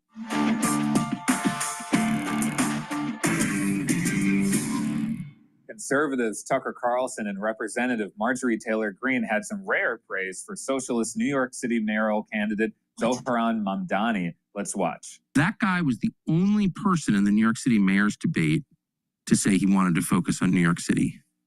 All the candidates were asked, if you could visit a foreign country, what would it be? And they, of course, all had an answer. I think most said Israel. Great. And he said, I wouldn't go anywhere. I'd stay in New York. And like, if I want to meet Jewish constituents, I go to their synagogues, their homes, or whatever. But I'd be here in New York because that's what I'm doing. I'm running New York. That's my job. Well, he gave the right answer. He gave the right answer. Both clarified that they do not support Mamdani's policy ambitions, but did say he's the only Democratic candidate connecting with voters and issues specific to New York. As a reminder, Zohran Mamdani stunned political observers last week after his victory against former New York Governor Andrew Cuomo in the Democratic mayoral primary. He's also come under fire by critics for proposing to raise property taxes on wealthy, majority-white neighborhoods. And now he's doubling down on defending his comments that billionaires shouldn't exist. Despite that, he's being heralded as a rising star that has the ability to create... Billionaires should exist, but they should be taxed at a much higher tax rate. And it's not gonna put a dent into the national debt. It's not gonna put a dent into our deficit. But it's to reduce the power of the PAC. If the billionaires have less money, they're gonna spend less on lobbying. They have all this money. They have so much money that they can sway these elections. I mean, think about what was happening just earlier in this broadcast. And Bloomberg was saying, well, wait a minute. Elon might, if things don't go his way with the bill that's being passed through Congress, if it doesn't go his way, he may try to primary Republicans. He only says that because he's got so much money. Well, why is it that an individual or individuals could accrete so much money where they can sway elections? They shouldn't have that power. There needs to be some way to trust bust this stuff. Their wealth needs to be busted up so they don't have this kind of power.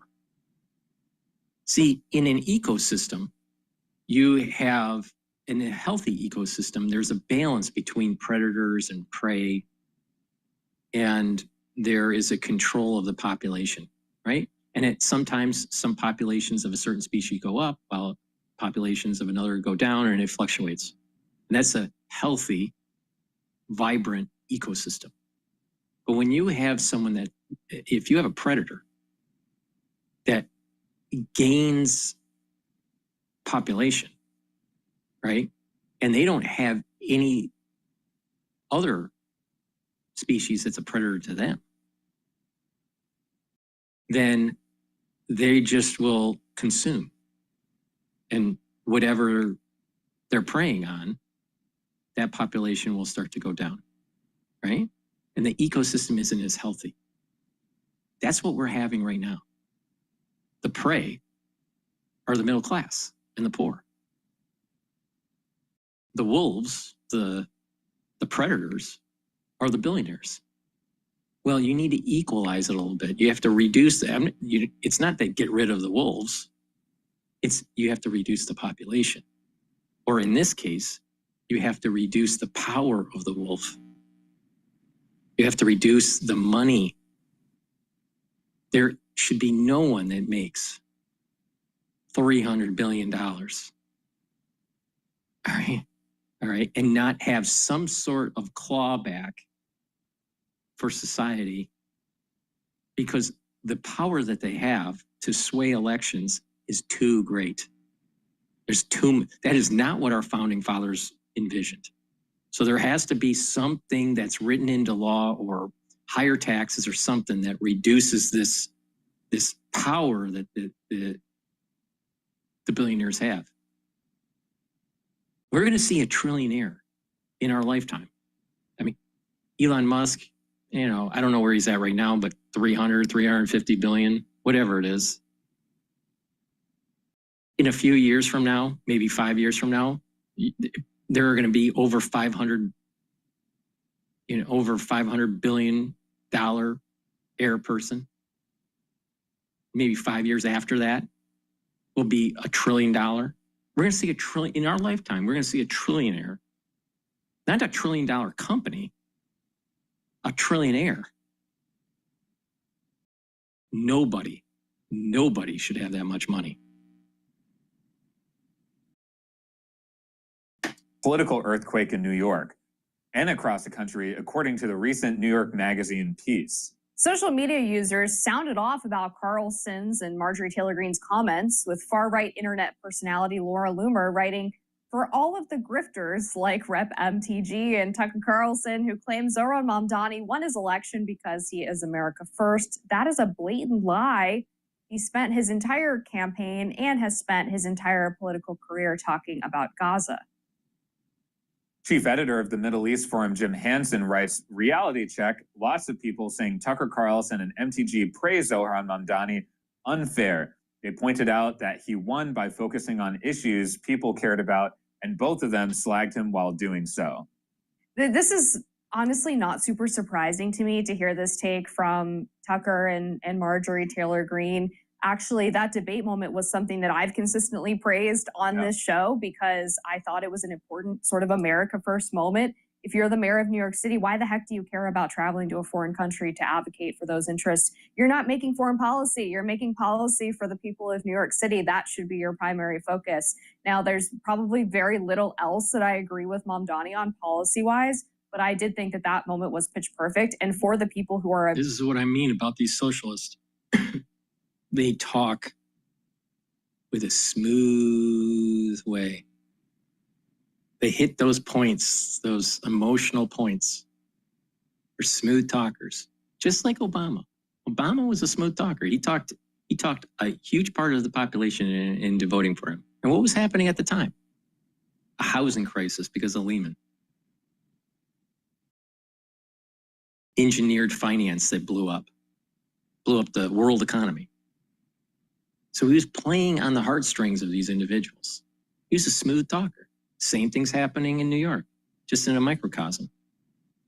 Mamdani is playing to the heartstrings of the young adult in, if you want to call him an adult, but a young person in New York that can't afford groceries and can't afford housing. It's a problem. It's a serious problem. But the answer isn't collectivism. The answer is we are going to fast track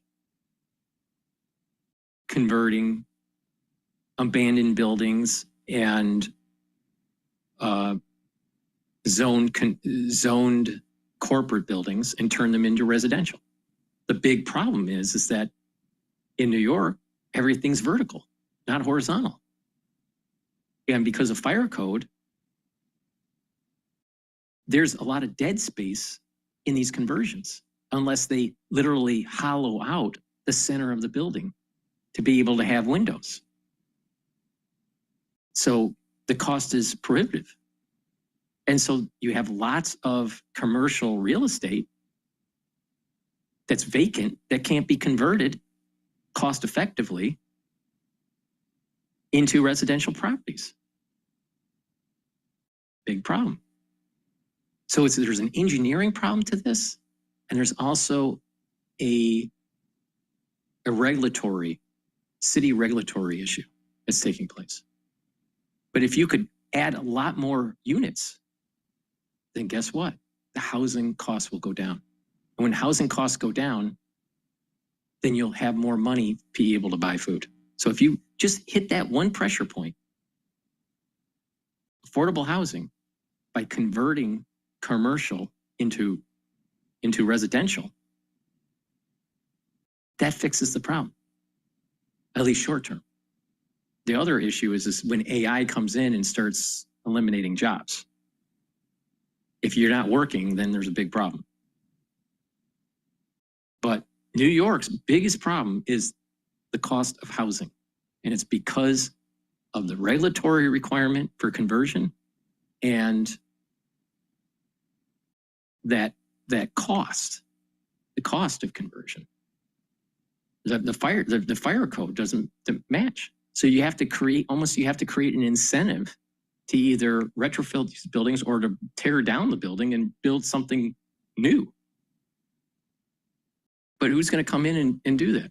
Who's going to come in and do that, and where it's going to make it an affordable housing? Tear down an already existing building that costs money, and then to bring another one up. Every time that a new building comes up, it's not affordable housing. It's either luxury rental or, multi-million-dollar condos. So it's a big problem in New York. More non-interventionists like Tucker and Marjorie Taylor Greene, I can see why that resonated. Yeah, I think the context here is that Marjorie Taylor Greene and Tucker Carlson, they're really trying to voice their discontent with Trump as it relates to Iran. Yeah. And now this New York story is a huge story, and we'll talk about Mamdani in a second here more. But, he really did focus on New York when there was a lot of pressure in the media and other aspects to be talking more about Israel. And I think they are voicing their opinion on that. Now, the other important dynamic here is that populism does create interesting bedfellows. And Mamdani really is a populist. Forget about populism. It's collectivism.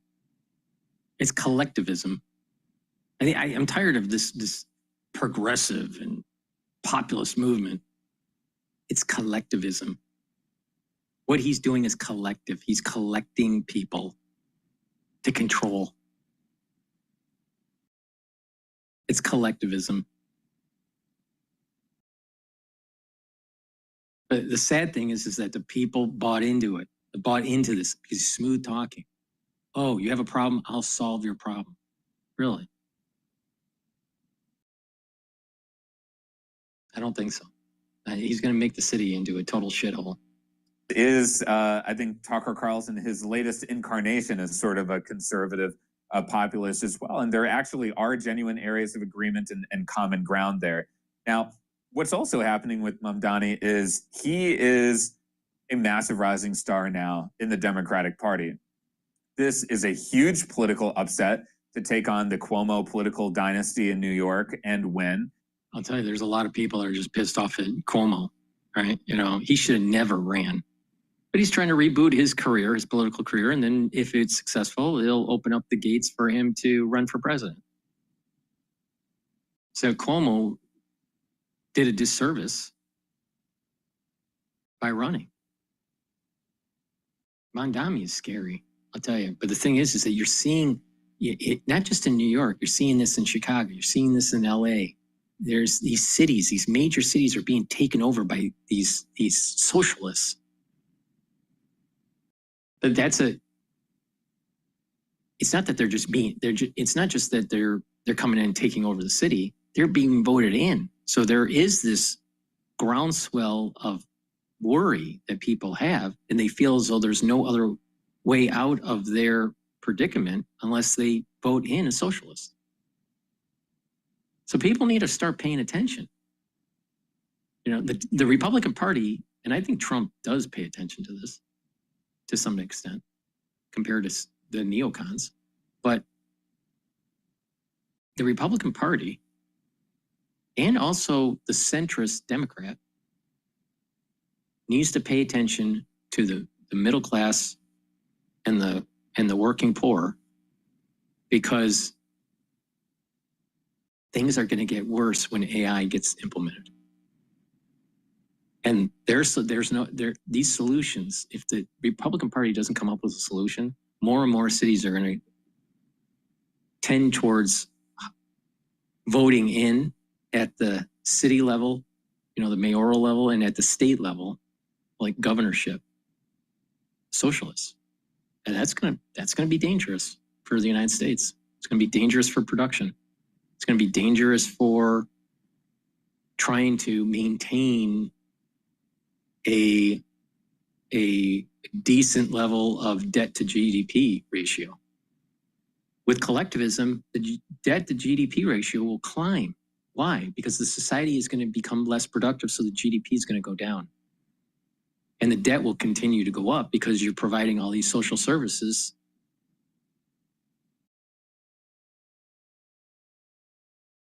And, I've been looking at Democratic rising stars for 20 years now, and I would say that Mamdani is a rare political talent. He has an ability to both present well, and he's achieved something that very few politicians are able to, like despite many Obama. wanting to, which is legitimately carrying the mantle of the happy warrior. And he's directly speaking to working class people. He's had the political skills in that debate, as you're referencing, to say, hey, actually, I want to stay here in New York City and not travel to other countries. And he gets that. I mean, in some ways, this is, there's an America first on the right. This is New York City first that he's been embracing. And that definitely caught fire. He was massively outspent. And at the same time, he built this incredible grassroots army of volunteers. He's absolutely going to be a factor moving forward. Yeah, I think so too. He's obviously a very charismatic guy. The ads that he ran were very well done. And I've talked to people who are pretty high up in conservative political world who are like, yeah, he's a great candidate. He's a really good politician. And, he could be a real concern for the Republicans, depending on what happens in New York, right? There's always the possibility of Eric Adams and Andrew Cuomo teaming up to try to take him out together. But the general consensus is that he would probably win the general election. And then there's basically, from my perspective, two things that could happen. Yeah. Well, I'll be fair and I'll say three things that could happen. One is that he's not able to accomplish a lot of the things he wants to do. Maybe he doesn't have the power to do it, or he can't get everyone in New York City to go along with him, and things just kind of stay the same that they are now, and he's kind of fades away.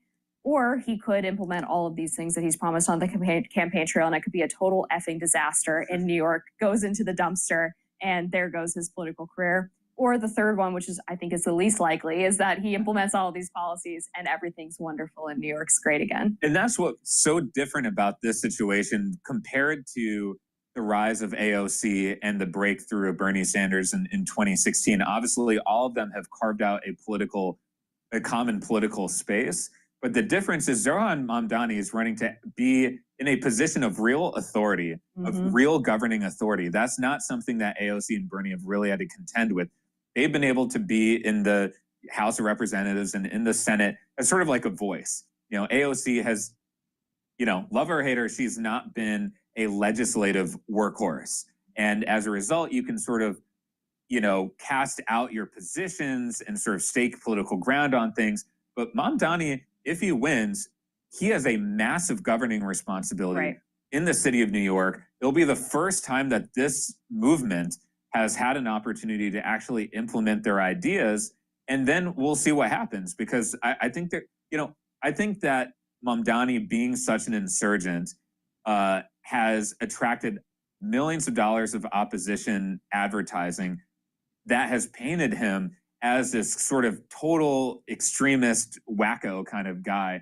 But if you really pay attention to him and go straight to the source material, as Elon likes to say, hear directly from him, you find that he's actually a pretty thoughtful guy. He is a bridge builder, someone who wants to hear from people of different perspectives.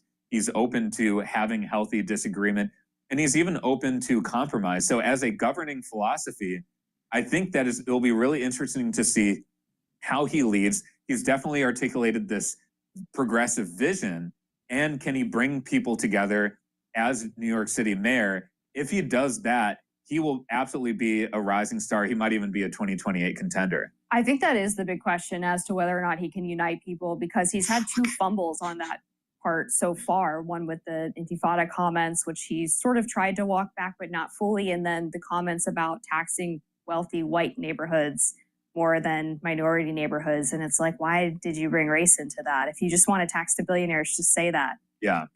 I mean, I think now when he's asked about it, he tries to, I think, appear more reasonable, I guess. Yeah. I don't know if that genie can go back in the bottle, though. Yeah. And I think, look, that kind of rhetoric is not helpful. And I think, it's what I would love to see in American politics generally, especially on the Democratic side, is someone who has the dynamism and the charisma of a Mamdani and a let's bring people together, pragmatic view of governing, because you do need to deliver. And I think the American people want that more than ever. And so I don't agree with the government taking over grocery stores, for example, which is some of the stuff that he advocates for. But at the same time, knowing people in his orbit, he's an extremely smart guy. I have friends who served the New York State legislature with him. This guy's the real deal. And people, and if he wins, it'll be a game changer. We will see what happens. I color me skeptical. All right. Well, next up, the UN nuclear watchdog is calling Trump's bluff. New York's going to turn into a shithole if he ends up getting elected. Please go to my store, the-studio-reykjavik.com, and get the toothpaste that I offer. It has no fluoride in it. It whitens your teeth, freshens your breath, helps with the health of your gum line, brings down the inflammation of your gums. It's a great way to improve the health of your oral cavity. And with a good oral cavity, you're reducing the chances of vascular issues or valvular issues. So please go to my store, get a few tubes of this toothpaste. Go to my store, the-studio-reykjavik.com.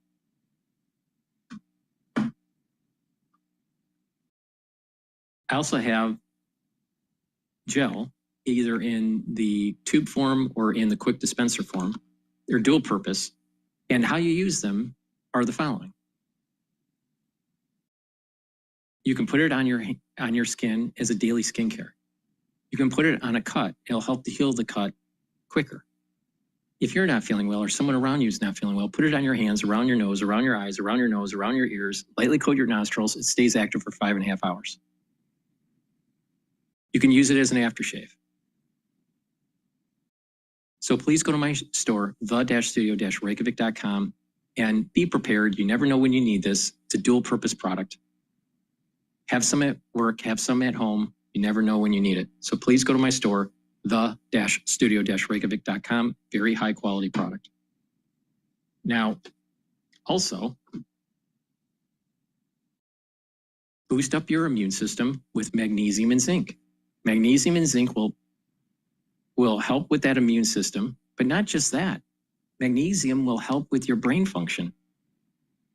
And it's very important. The next 5 years, you're going to start seeing people with brain issues, either gait issues or tremor issues or memory issues, sleeping disorders, mood issues. Brain health is super important. So you have to take the proper supplementation to help with that brain function. And magnesium does that. So please go to my store, the-studio-reykjavik.com, get the magnesium and zinc, boost up that brain function and your immune system. In addition, magnesium helps the efficacy of vitamin D3. So please go to my store, get the magnesium and zinc, use discount 5, you get $5 off any order.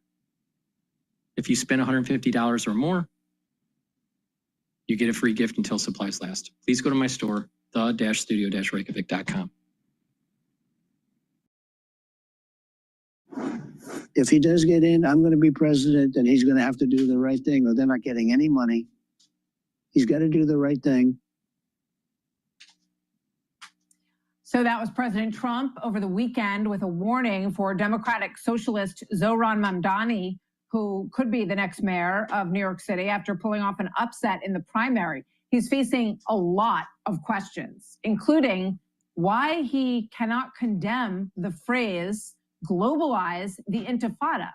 He was given 3 opportunities to condemn that phase in a lot of different ways yesterday. Watch this exchange. Do you condemn that phrase, globalize the intifada?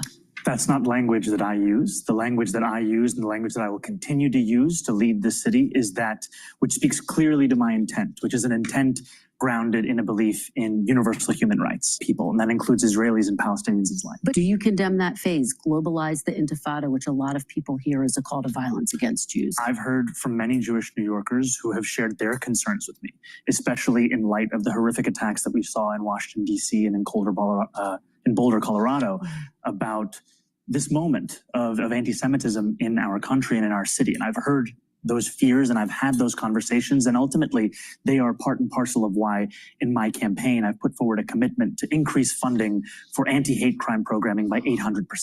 I don't believe that the role of the mayor is to police speech. We have to root out that bigotry, and ultimately we do that through the actions, and that is the mayor I will be, one that protects Jewish New Yorkers and lives up to that commitment through the work that I do. Ultimately, it's not language that I use, it's language I understand there are concerns about, and what I will do is showcase my vision for the city through my words and my action. All right, with that, we bring in New York City's current mayor, Eric Adams, a Democrat who is running for re-election as an independent. Mayor Adams, welcome. It's good to have you here. What is the fact that Mamdani will not just say, you know, globalize the Intifada is an anti-Semitic statement? That means, you know, take worldwide the hatred of Jewish people. What does it tell you that he can't say that? What does it reveal about him, in your opinion? Well, I can speak of who I am. I condemn that phrase, and I'm clear on what it is. Listen, Mamdani is an academic elitist.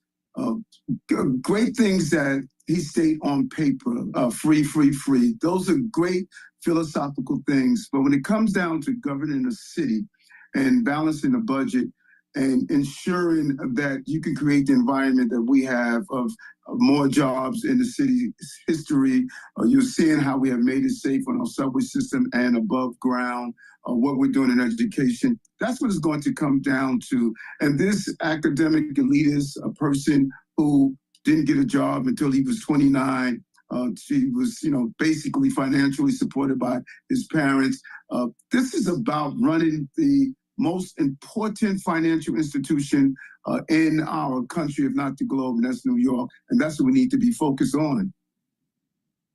Do you believe that he has shown support for Hamas? And do you think that this issue is going to hurt him with Jewish voters, which clearly you would need to win that block if you are going to put yourself over the top?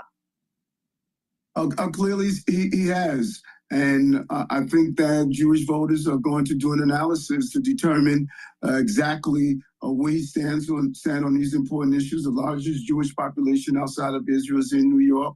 My focus is on this city because Jewish voters are talking about public safety. African-American voters are talking about public safety. And all the other demographics are the same thing. So when you have a candidate that states he wants to... It's beyond just Mamdani. You got to look at these different cities that are moving towards this socialism. A great case to prove my point is look at Boston with Mayor Wu. Harvard educated, double Harvard. All right, but she's a socialist. So what's happening is that these educated centers, all right, are starting to bring up that younger generation, and they have socialistic ideals and not capitalistic ideals. And this is exactly what Ayn Rand warned us about. When the economy starts to falter, which it is for the young, you're going to have politicians starting to take away from the producers, taking away from the wealthy. Now, Ayn Rand didn't really focus on this idea that there is such a thing as this uber wealth that is so beyond the norm, where you're not just doing, it's not just one person. You have about 1,000 of them that's out there that are super, super wealthy. All right. So once you get into the 50 billion, 100 billion, 150 billion, even 20 billion, do they really need that much money? Really? Do they really need that much money? Why do they need that much money? Now, if they start a new business and they're rolling it in and they're, okay, all right. But when everything's said and done and they realize all their gains, right, that should be heavily taxed. And I'm not a socialist at all. I'm a capitalist. But I also understand that complexity science. And that complexity dynamic, that an emergent property where one group has more political power because of their financial success and their sway on K Street, that can lead to outcomes that are not beneficial for the society. It's only beneficial for them. Most of these billionaires are not altruistic. So we have to keep that in mind.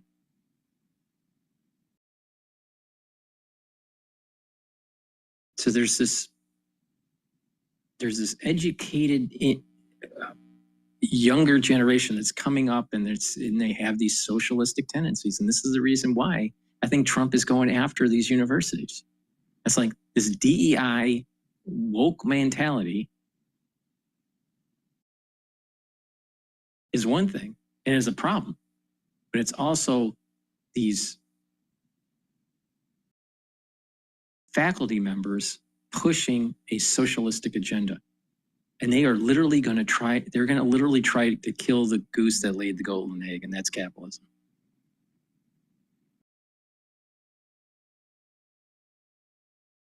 Rikers Island. After bail reform was put in place, the most dangerous people are now going to jail on Rikers Island. When you empty Rikers Island, you're returning those dangerous people back to the communities that they have preyed on. That just makes no sense. And only an academic elitist will come up with these philosophical initiatives that are not rooted in logic. May sound good to do everything for free, but when you actually implement them, they do not make sense. They don't work, and they're too expensive, and it makes the society less productive. He seems to have touched on something that is very sensitive to a lot of New Yorkers, and that's the cost of rent, the cost of living in New York. And he's suggesting that, he can make all of these things available to everyone. He pokes a pretty good finger in the eye of capitalism. He says we don't need billionaires. I don't think we should have billionaires, he says, because it's so much money in the moment of it.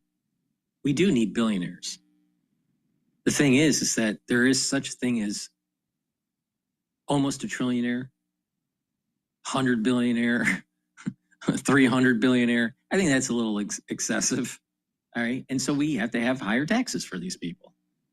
There's nothing wrong with that. They can earn more money. If they want to make 300 billion, if they want to have 300 billion, all right, then make 600 billion. All right. And there's going to be 300 billion that's going to be taxed. That's how it works. That's capitalism. There's an incentive. Right. But the point here is that you somehow have to fill in these loopholes where these powerful individuals through PACs are controlling politics.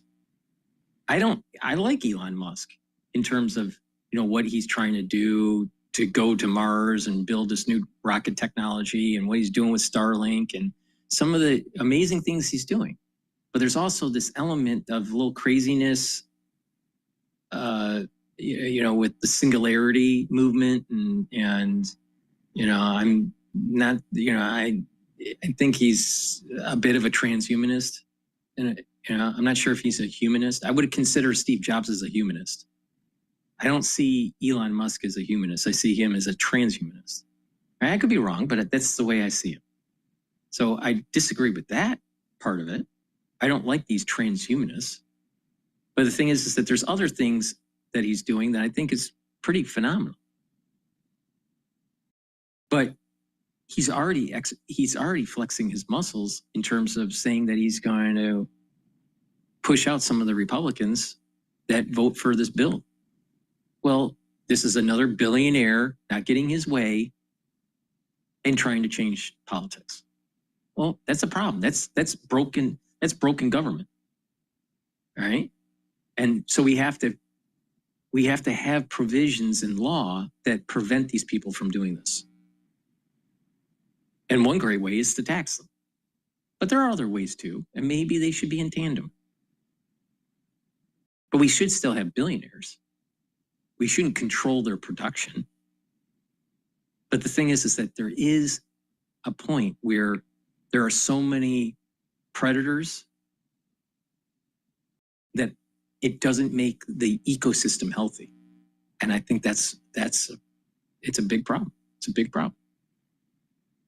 Quality. But I want to play this for you when he was asked then and now about whether or not he fits the communist label in terms of what his beliefs are. So let's play the question from Kristen Welker over the weekend and also what he said in the past. Are you a communist? No, I am not. There are also other issues that we firmly believe in, whether it's BDS, right, or whether it's the end goal of ceasing the means of production. So it's a little muffled there, but he says the end goal, seizing the means of production, which is a classic foundation, really, of communism. Well, you know, and what you find is that particularly many of our young people, they are, you know, romanticizing these isms. They're romanticizing socialism, etc. What I think is more important is for us to look at how do we lift people up in the city and in the country, because New York really guides the entire country. And that's what we've done. You know, when you invest in paying the college tuition of foster care children, when you invest in decreasing the cost of child care from $55 a week to less than $5 a week, when you invest in making sure you do pre-K and 3K, we have 150,000 children enrolled, the largest in our city's history. When you look at those real issues that allow people to continue to see their opportunities, that's so important. You can't do it as an academic exercise.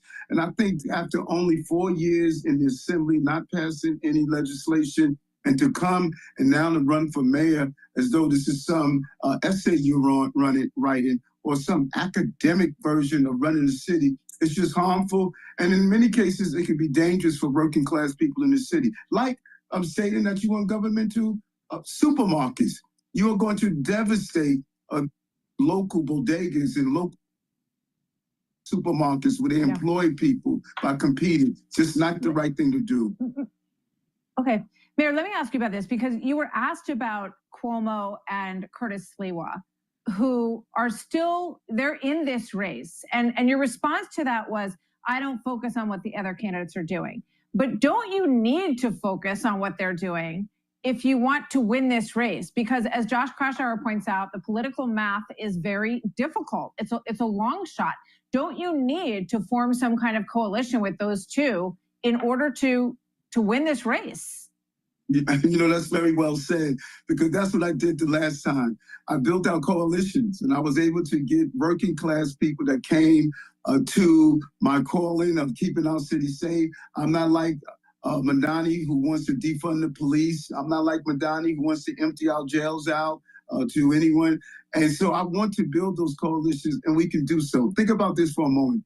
2.5 million Democrats did not participate in the Democratic primary. 1 million independents did not participate, and close to 700,000 Republicans did not participate, as well as independents, as well as, conservatives. There's a coalition of people who did not vote. Many people saw the primary results, but they didn't dig into the numbers. And I know that my message is going to resonate with New Yorkers that want to continue to see the success that we participated. And yes, the cost of living is... I'll tell you right now, I'm voting for Adams. Now, I think the city is still has a lot of problems, has a lot of problems with illegal immigration, has a lot of problems with crime. But I'll tell you, I much prefer Adams than Cuomo. Definitely. I don't like Cuomo. I think he's a mobster.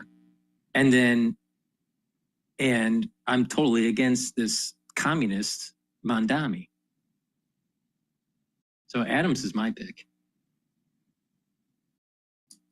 Just too darn high. We know that. And that's why I put... Yeah, we remember that from a prior one. Back in the pockets of New Yorkers. I got to thank you so much, Mayor. I have to leave it there. So I just want to ask you a one-word answer if you can. Will you seek President Trump's endorsement? Yes or no? Any New Yorker that wants to vote for me, I'm all for. You can't vote for New York. All right. We'll see what happens. Well, all right. Let's listen to G0 here, Dr. Bremer, about Mamdani. But before we do, please go to my store, the-studio-reykjavik.com, and get the dual purpose deodorants that I have. I partnered up with Rainbow Herbals, and we have developed these deodorants. You can get it in peppermint, lavender, and tea tree, and in citrus. These deodorants have no aluminum and no baking soda. It's made from essential oils from the Himalayas. Very high quality ingredients. It will help to detoxify your body, and you use it as a deodorant. It's for males and females. Get a couple bars for your household. Please go to my store, the-studio-reykjavik.com, and use discount 5. You get $5 off any order. Now, this stack that I'm going to show you is the third pillar of my core protocol, and that's going to help to boost up that immune system and help with your cardiovascular system. Ashwagandha root helps to control cortisol levels and blood glucose levels. That's going to bring down inflammation. That's super important for your vascular system and for your immune system. Lignans, it's an antioxidant, so it's going to soak up free radicals. It's going to bring down inflammation. It's going to help boost up that immune system, and it's going to help with your endocrine system. And turmeric brings down inflammation and soaks up free radicals. When you stack these together, what you're basically doing is you're bringing down that inflammation, you're soaking up free radicals,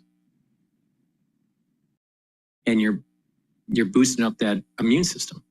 But when you bring down inflammation at the vascular level, you're reducing plaque formation. So you're helping your cardiovascular system and your immune system at the same time. And this is what I mean by stacking. If you intelligently stack these types of supplements and you do it regularly, you're going to improve your health. So please go to my store, the-studio-reykjavik.com, and get the ashwagandha root, the lignans, and the turmeric. If you spend $150 or more on an order, you get a free gift until supplies last. So please go to my store, the-studio-reykjavik.com. Click the link that's in the description of this video and all my videos. Get to the store, purchase the great products that I offer, help support the work that I do. Let's listen to G0 on Mamdani. Hi, everybody. Ian Bremmer here, and a quick take to kick off your week. Going to look at the domestic front in the United States today and talk about Zohrab Mamdani, the name that everyone is talking about right now, the self-proclaimed Democratic socialist who handily defeated Andrew Cuomo and a bunch of others to win the New York mayor Democratic primary. Doesn't mean he's going to win in November. Who knows? Only Democrats in the party, registered in the party, can actually vote. And who knows how he would govern? He's 33 years old. He's never had a big job before. He's an assemblyman. And also the governor matters a lot in terms of New York, and so does the president. And so, I mean, there are big constraints on what a mayor can do.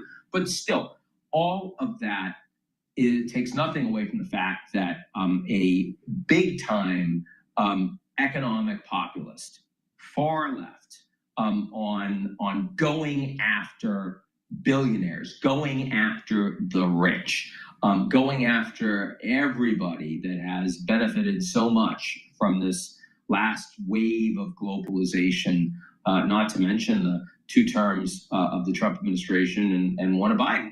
And New York City is the most unaffordable, most expensive city in the country, just about in the world. And that was the campaign platform.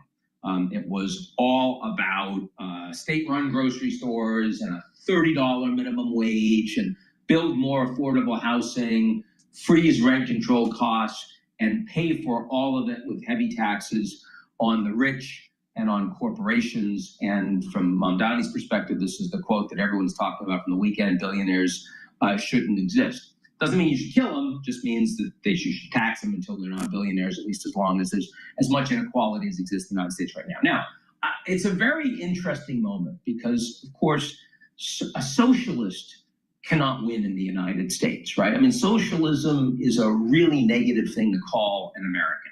It's not as bad as communist. Communist is about as anti-American as you can get. And that's why Trump uses that term all the time. He's already called Mamdani a communist. Of course, he's also called Biden a communist. He's called Kamala Harris a communist. So I I don't know what communism means when Trump uses it. Maybe it's like Dante. Maybe there are several levels of communism hell, and it just kind of likes to use the term to generally, emote disgust and get his supporters excited about stuff.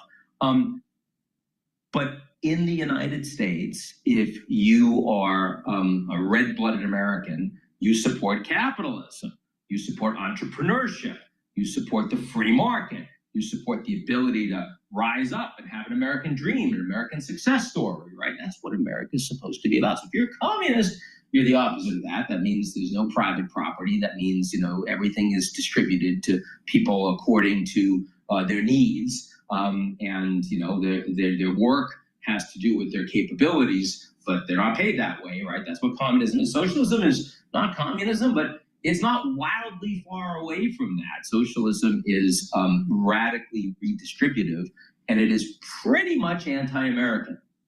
However, that implies that America is capitalist. And of course, America increasingly isn't very capitalist, which is why someone like Mamdani is doing well. What do I mean by that? Well, let's remember the reason that Trump won is because a lot of people believe that America increasingly wasn't a democracy, that America was so broken, that the deep state was so in charge that, unelected bureaucrats and administrators and judges and others had the power and were pulling the strings, and people, the average American, the blue-collar American, the undereducated American, the non-elite American, the not Harvard-going American, nobody paid attention to that. And Trump was able to win on the back of those votes. He didn't win with rich people. He didn't win with advanced degrees. He won with those votes by convincing them that the game was rigged. So Trump's managed that message reasonably well on things like border security, and he's managed it reasonably well on things like anti-wokeism, but he hasn't managed it well on draining the swamp, because of course the swamp is not being drained. Instead, Trump has leaned even farther into the way that the US system has been most dysfunctional, which is pay for play. It's transactional. It's if you have the money and you use it politically, you will have access to the first tier of a decidedly two-tier system. And we saw this during the inauguration. Trump standing up there, and some of the world's wealthiest that had paid tens of millions of dollars to be able to sit in proximity to the president of the United States. And that means that they're going to get favors that the average Joe is never going to see or touch. That's what not draining the swamp means. That's leaning into the swamp. And I don't think socialists can beat capitalists. But socialists have a shot against kleptocrats. Socialists have a shot against oligarchs. And if the average American increasingly feels that the economic system is rigged against them, well, that's a place that Trump isn't going to perform as well as he is on the border, as he is on identity politics and anti-woke, especially with the big, beautiful bill that's about to pass, which is going to redistribute trillions of dollars away from taxpayers towards the wealthiest, towards the businesses, towards the people that are going to have the extended tax cuts, while veterans see their benefits shrink, while the deficit spirals and Social Security guarantee benefits can no longer be guaranteed for another decade. That's a serious problem, and it's a particular problem if people start feeling that the economy is not working so well. And here, I think the next few years are very interesting, because one of the biggest trends that I see coming before 2028 globally is AI. And I see it, everybody sees it. That's not news. But the fact that AI is going to take jobs away from white-collar workers, that means populism, economic populism here is not going to be driven primarily by the undereducated manufacturing, blue-collar working men, but rather the white-collar, professional class, advanced degrees, women in urban areas, especially because their advanced degree seeking children are not going to have the opportunities that they thought they were.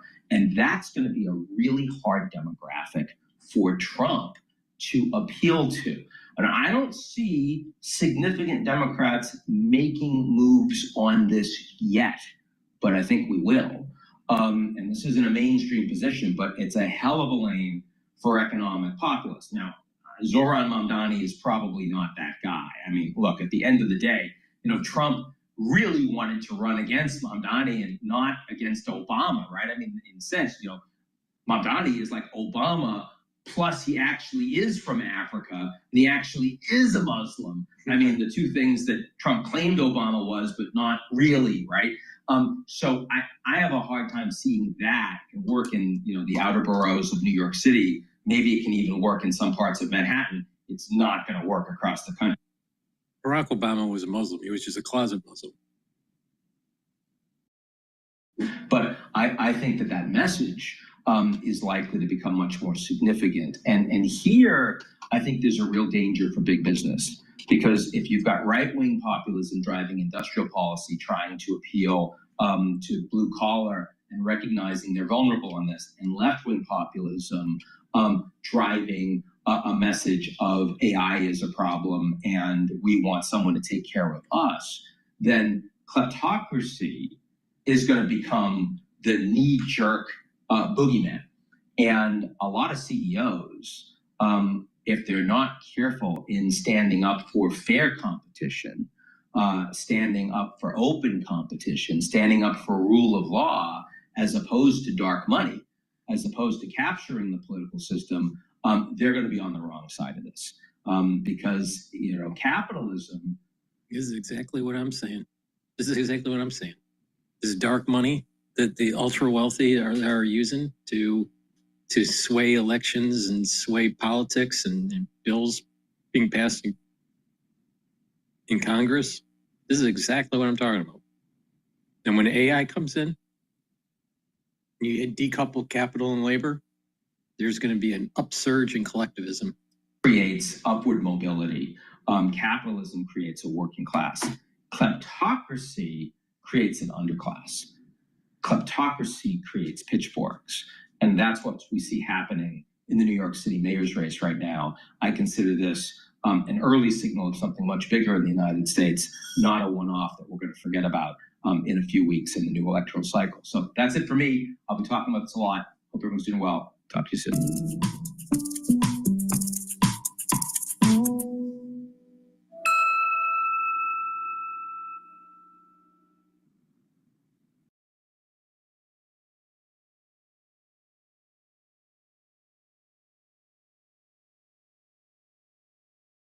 Advisors work to solve client questions about the future.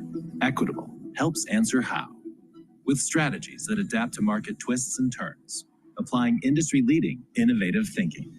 Together, let's plan how. NYU Langone Health maintains the lowest mortality rates in the nation, which means that more patients who come here go home. It's just that simple and beautiful. So New York developers and landlords are scrambling to support a mayoral candidate who can counter self-described Democratic socialist Zoran Mamdani after his shocking primary win last week. So Mamdani's policies include a rent freeze on roughly 1 million rent-stabilized city apartments and building 200,000 publicly subsidized affordable housing units. Mamdani's website acknowledges the $100 billion price tag over the next decade while proposing steeper taxes on millionaires and corporations to fund it. Well, wealthy New Yorkers are now looking at backup plans should Mamdani clinch the mayorship. Florida Governor Ron DeSantis, he weighed in. Here's what he wrote on X. Just when you thought Palm Beach real estate couldn't go any higher. Let's bring in the Peoples Corporation founder, chairman, and CEO, Don Peebles, who luckily I've known you, sir, for almost 20 years, and you've always called New York and Florida your home. I can't tell you right now how many real estate people are reaching out to me in Florida saying, here we go again. Well, it looks like de Blasio all over again. 2013, there was a big panic in what was going to happen in New York City when a progressive mayor was elected through the Democratic nominating process. And ultimately, de Blasio's 8 years moved New York City back, but it didn't end up in a catastrophic event. But there was a lot of shifting in terms of businesses and entrepreneurs down to South Florida, and then it was accelerated by the pandemic. I think this time around, we're going to see a bit of the same, but the ambitious plans of Mamdani, who has not yet clinched the Democratic nomination yet, and they're still counting votes. So, but ultimately, I think he will, and then there'll be a robust general election, unlike in 2013. Well, you know, we had former Lieutenant Governor Betsy McCoy with us yesterday, and she and many others in the city are forming these coalitions, whether it is with Jewish groups or it's with business people, corporate types, or in particular with real estate groups, because they know that you've already got these buildings in New York City that have value issues because of empty office space, for example. This kind of leads me into what we're seeing happen in the city, and we saw this in the pandemic. The Journal's got out this new piece, and it's called "Turning New York Offices into Homes Finally Works." Now there's a rent freeze catch. The writer points out Zoran Mamdani's policies could hurt a promising source of new housing supply. So, Doug, we've been doing these stories where we've seen them taking these large office buildings in Manhattan, and they are converting them into residential, into residential apartments. But they've got to have some subsidized housing, you know, that rent stabilized housing. His policies, the Journal points out, would quash all of that. It would stop it all in its tracks. Yeah, we've launched a fund actually to convert commercial office buildings into residential use and other alternative uses from Boston all the way down to Atlanta, and then of course on the West Coast. New York still is a challenge, whether it was Mamdani or whether it is Eric Adams or could have been Como. The challenge is that the cost consequences to convert these buildings is still significant, but additional headwinds, you know, from an administration that's going to increase taxes in the places that they can do it, which are going to be targeting commercial real estate taxes, I believe, are going to be one of the sources. That's going to slow things down. But what New York is short of is 500,000 affordable houses. And it's also short another 500,000 of workforce housing. Those two things are the biggest drivers of what is creating this housing crunch. And so it's short about 1 million units. And the only way that gets done is a much more comprehensive tax abatement and tax incentive and financial incentive effort by the state of New York. And the mayor of New York has very little to do with tax policy overall. That is dealt with at the state. And Governor Hochul has said any kind of tax increase right now is dead on arrival as far as she's concerned. So I think there's going to be a challenge in terms of raising taxes, which is good for businesses and high-income earners, but also it's going to hurt the ability to convert these buildings and build the housing that New York really needs. Well, and I think that is becoming more and more clear to the residents of New York and people across the nation that are watching this play out, thinking, wow, the Democrats are really going the other direction with the progressive stance here, because a lot of the things that he's promising, he actually can't deliver. He legally cannot do half the things that he's promising. I mean, I heard somebody yesterday on local news call him Santa Claus. But I want you to listen to this. Maria sat down with President Trump on Sunday Morning Futures, and she brought up this issue about what's happening in the city. I want you to watch his answer to her. What did you make of the New York Democrat primary? Mamdani. He's a communist. I think it's very bad for New York. I don't know that he's going to get in. It's inconceivable that but he's a communist, and he's a pure communist. I think he admits it, but I can't imagine it. But let's say this: if he does get in, I'm going to be president, and he's going to have to do the right thing, or they're not getting any money. He's got to do the right thing. It's shocking that I would have assumed that. I used to say we will never have a socialist in this country. No, but we'll have a communist. I mean, he's a communist and going to be mayor of New York. So I was very surprised when I said, I never heard of him. This is President Trump, a New Yorker. Don, your reaction?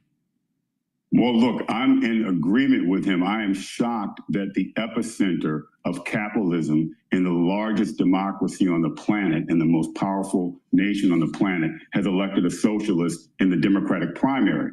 But this is, again, a part of the shift that is happening right now. Is this far left wing of the Democratic Party is pushing out moderates and centrist Democrats, and they're moving to Republicans. That is why President Trump won all the swing states. But the problem is that the Democratic leadership in many of these centers, like New York City, has been sitting on its butt because they haven't had to really do anything. They could take it for granted. But now the party's been hijacked by the left wing, and everyone's been caught flat-footed. I'm astonished at the lack of leadership in the real estate industry in New York City overall. I sounded the alarm when Bill de Blasio was running against Bill Thompson and Christine Quinn, saying that we needed to consolidate our support behind Thompson so he could win. Here, the Democratic Party never took Mamdani or anyone else seriously because they felt Andrew Cuomo was inevitable because of his success as governor for 3 terms and pro-business approach. Now they're scrambling. And look, I think there's going to be a robust general election. Yeah, I think you're right. And the question now is can the business community coalesce around one formidable opponent to Zoran Mamdani so that businesses aren't ruined in the city? Real quick before you go, I do want to ask you about this affordability crisis that's happening in California. Demand is now collapsing in some of these residential neighborhoods. Price is down a little bit, but now inventory is piling up. And even on the commercial side, business owners are pushing back against the policies from the Democrats there. They're saying are pushing them out of the state of California. Your reaction? Yeah, look, California, and especially Southern California, is the most difficult place to do business in the United States. We were trying to build a $1.6 billion development in downtown LA and stuck with it during the COVID crisis, and yet we could get no support from the government. In fact, policies that were hurting businesses. But what's amazing to me is the reason why they're not as supply constrained right now isn't because they've added a single unit. It's because people are fleeing. They have given up and they're going to other places. And that's going to continue to happen. And even when you had an entire neighborhood burned down while the government was watching, nothing was done, and now people are leaving. So I think the challenge with Los Angeles and Southern California is that it's got to hit rock bottom before change takes place, like San Francisco. And I think Southern California is a ways off. So we're going to see more of an exodus out of California because the quality of life is diminished as well. Don Peebles, it is always so great to speak to you about, well, one of my favorite topics in that. Please go to my store, the-studio-reykjavik.com, and get the collagen. Collagen is a dual-purpose supplement. It's going to help with your musculature, your joints, your cartilage, your bone density, but also your hair, your nails, and your skin. This has a very comprehensive amino acid profile. You get a big scooper in this container. This is a month's supply. Take it every day. Mix it with soft foods, filtered water, a smoothie, or even with milk. Take it every day and do resistance training. And that's going to help to build those muscles and build up that bone density and help with the cartilage in your joints. Super important. But again, it also helps with your skin. So please go to my store, the-studio-reykjavik.com, and get the collagen. Some other great supplements that I have are the omega-3. Omega-3 helps with your lipid profile. It's going to help bring down LDL levels and help increase your HDL levels. That's going to help prevent further plaque buildup. Very important. In addition, omega-3 helps to prevent the red blood cells from sticking too much, to prevent the overclotting. And omega-3 brings down systemic inflammation, super important. So take omega-3 every day to help with your vascular system. When you turn age 40, it's really important to pay attention to the health of your pancreas. You need to reduce the load on your pancreas. By taking digestive enzyme complex, this supplement will help to break up carbohydrates, proteins, and lipids, reduce the load on your pancreas, allow you to absorb your nutrients, reduce the load on your digestive tract. And when you do that, you're giving your pancreas a time to heal and time to rejuvenate, all right? In addition, digestive enzyme complex is very important. Even if you're not 40 years of age, you know, let's say you're an athlete, younger or older, by taking digestive enzyme complex, it's going to help you to break up your fuel source, either pre-workout fuel source or post-workout fuel source, and reduce the load on your pancreas. So it's super important to take. Again, digestive enzyme complex will help to break up carbohydrates, proteins, and lipids. This digestive enzyme complex also has bromelain in it. So it's fibrinolytic. So it's going to help break up clots. And the proteolytic enzymes that are in digestive enzyme complex help to break up glycoproteins. Super important. That's the reason why I said take it during the 2020 era.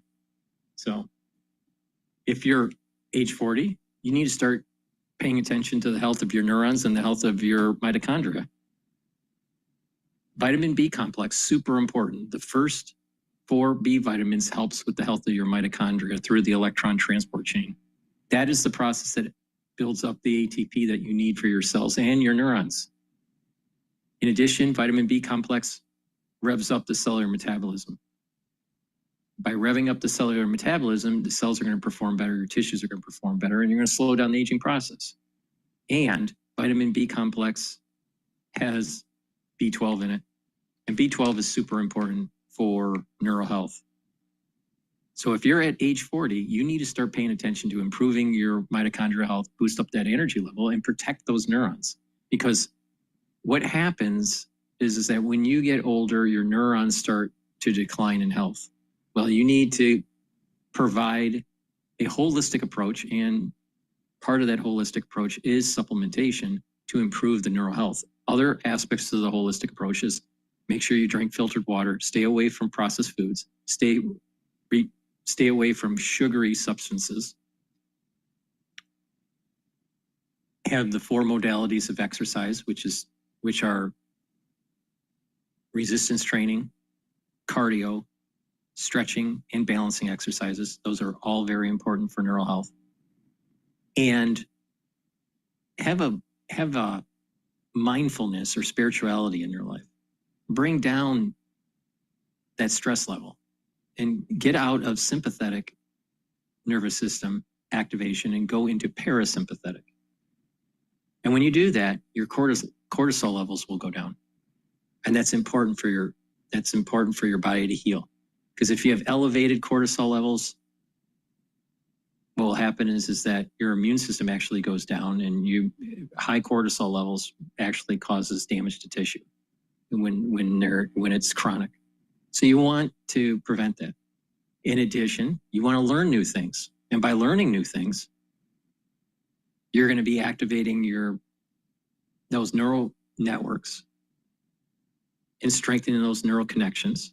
So your memory improves, your cognition improves, your thinking is quicker. These are all very important. It's a holistic approach.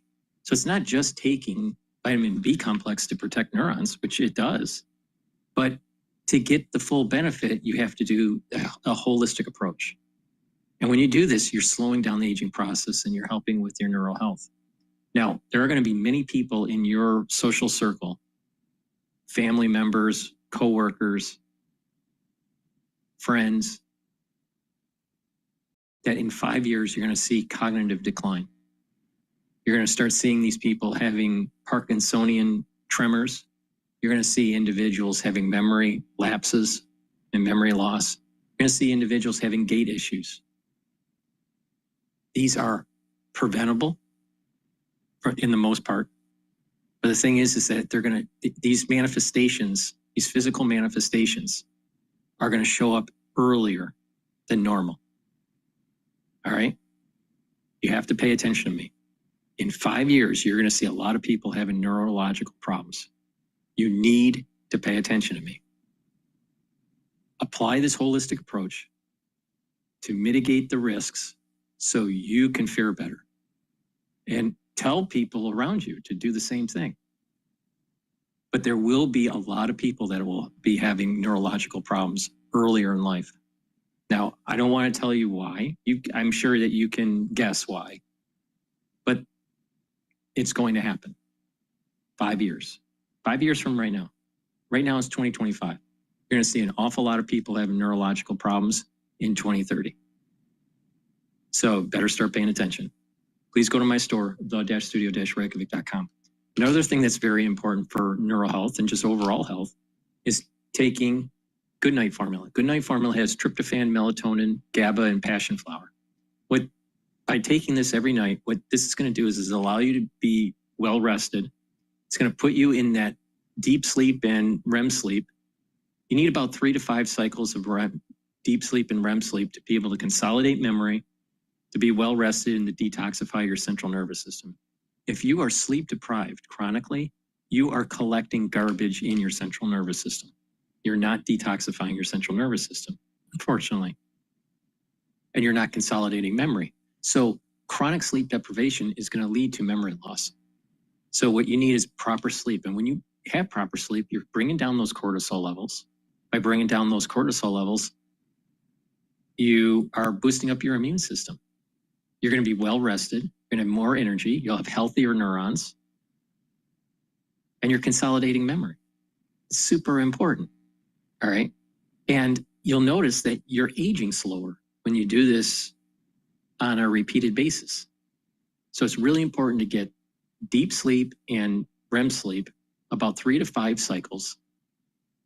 Depending on the research study, it's anywhere from 3 to 5. But the issue here is that many people in the United States are not getting the proper sleep that they need.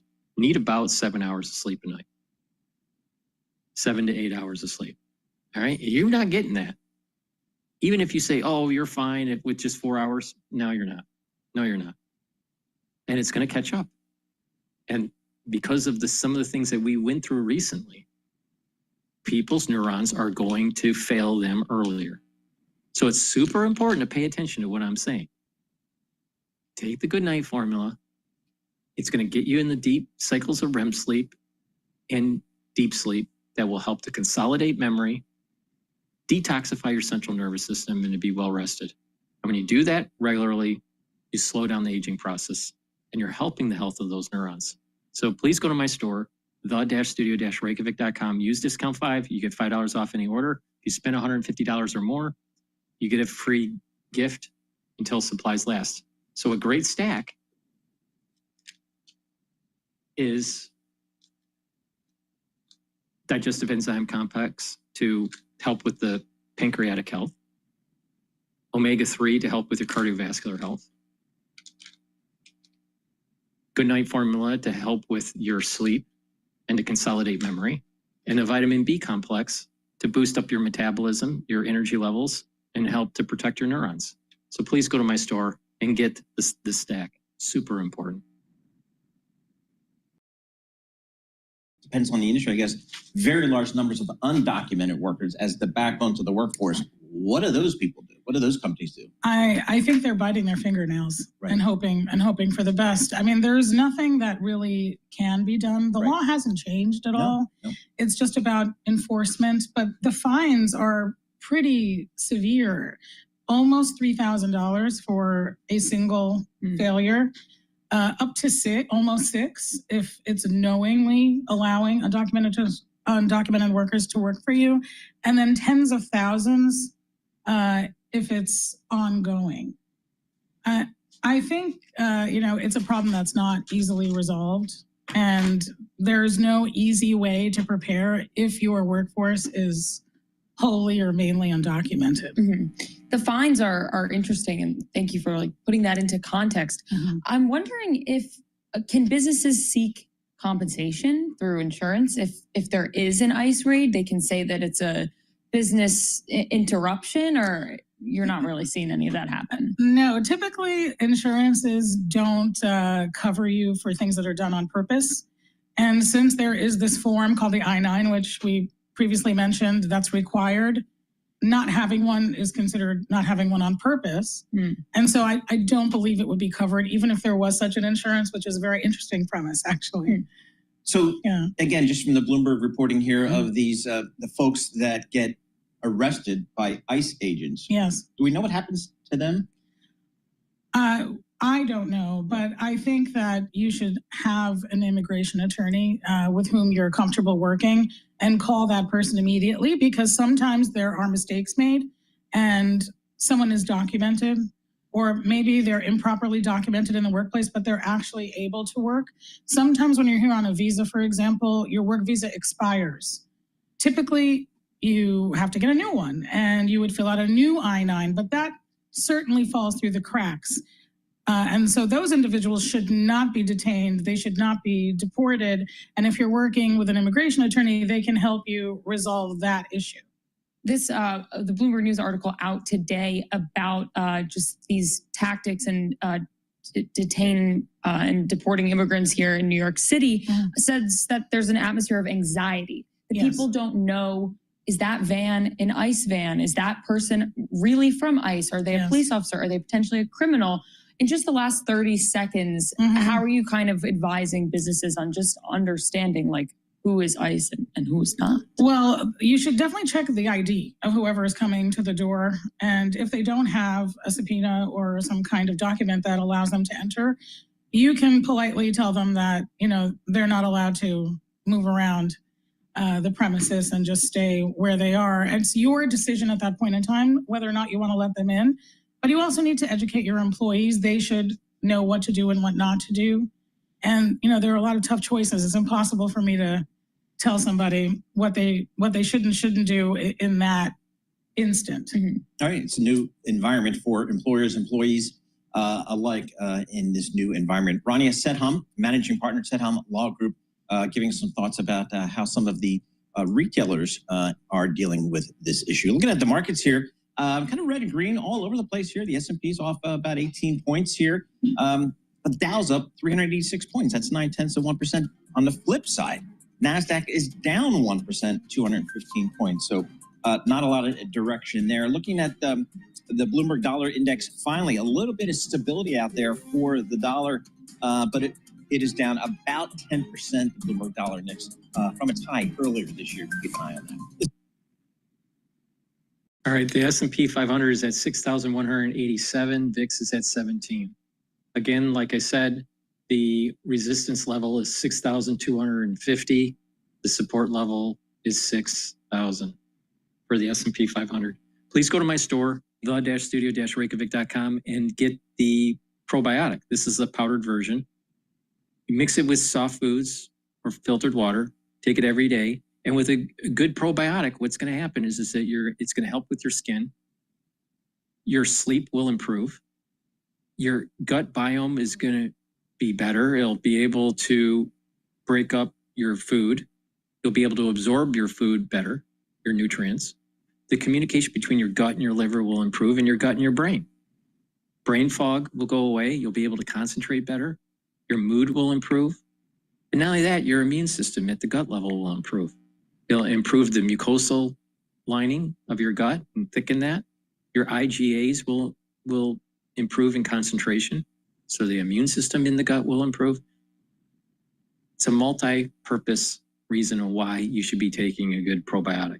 So please go to my store and get this powdered probiotic. Take it every day. Super important. It's a foundational piece to help with your health protocol. Please go to my store and get the probiotic. Also, get the ubiquinol. Ubiquinol is the most bioavailable form of CoQ10. For the ones that take CoQ10 on a regular basis, you're probably taking the wrong kind. You need ubiquinol. Ubiquinol is the most bioavailable form of CoQ10. You cannot buy anything better than what I have in my hand. All right? You can't. Period. Full stop. So please go to my store, the-studio-reykjavik.com. Get this ubiquinol. Ubiquinol will help to absorb free radicals, neutralize free radicals. It'll help to boost up the health of the mitochondria. You'll have more energy in your cells, including your neurons. Because in your neurons, you need lots of ATP. You need lots of healthy mitochondria to produce those neurotransmitters. And reduce the stress in the cell by soaking up the free radicals, especially in the neuron, will help to protect the myelin sheath. So you're going to be thinking better. Because if you have a lot of inflammation, a lot of stress in the cell or around the cell, in the interstitium, guess what? Your cell's myelin sheath starts to degrade, and then you start to decline in health. neural health. So it's very important to take ubiquinol, protect those neurons, boost up that energy level, suck up those free radicals. So take ubiquinol every day, especially if you're 40 years of age or older. We're going to be going through periods of time where you're going to have irritation in your throat, no matter what the season is. And believe me, trust me, it's coming. You're going to have a problem. So you better be prepared. Now you can prepare by getting the drops and the lozenges that I have. I have elderberry zinc in stock. The elderberry zinc lozenges are in a count of 21. So you get 21 lozenges in each bag. Take it whenever you have that irritation, right? Mitigate that irritation, super important. Get a few bags for your household. You can also get the drops. The drops are smaller. You get 100 in each bag. You can get it in blueberry, in cherry flavor, or also in honey and lemon. Right when you have that irritation, take them right away, create that secretion to mitigate the issue, maintain the oral pharynx and the oral cavity health and the epithelial lining, reduce that inflammation. Very important, super important. Pay attention, you're gonna need these, trust me. So you better be prepared. Get a few bags for your household, have some at work and have some at home. Something's coming and you better pay attention. All right, please go to my store, the-studio-reykjavik.com, use discount 5, you get $5 off any order. If you spend $150 or more, you get a free gift until supplies last. Successful hacking attacks is always about the depth, though, of the intrusion. How far did the hackers get? And what, did they get where they wanted to go? And in each of these 3 attacks, the hackers got about as far deep into the organization as you could imagine. And what we set out to answer was, how is that happening? And one of the answers we came up with is that, the Treasury Department is one agency, but with the cybersecurity of it is run effectively as a series of like a half dozen different countries almost. These are subdivisions of the Treasury Department that have their own cybersecurity budget allocated by Congress. They have their own cybersecurity management. They have essentially their own IT infrastructure. And so what that means is some of these divisions have really good security. Some of these divisions don't have such good security. And, this is an organization that I think a lot of people focus on because of the financial aspect of what Treasury does, but it does so much more than that. It investigates sanctions. It investigates terrorist financing. It does so much more than just kind of collect tax revenue, and issue Treasury bonds. What does the reporting show about who's actually committing these hacks and what exactly are the hacks on the Treasury?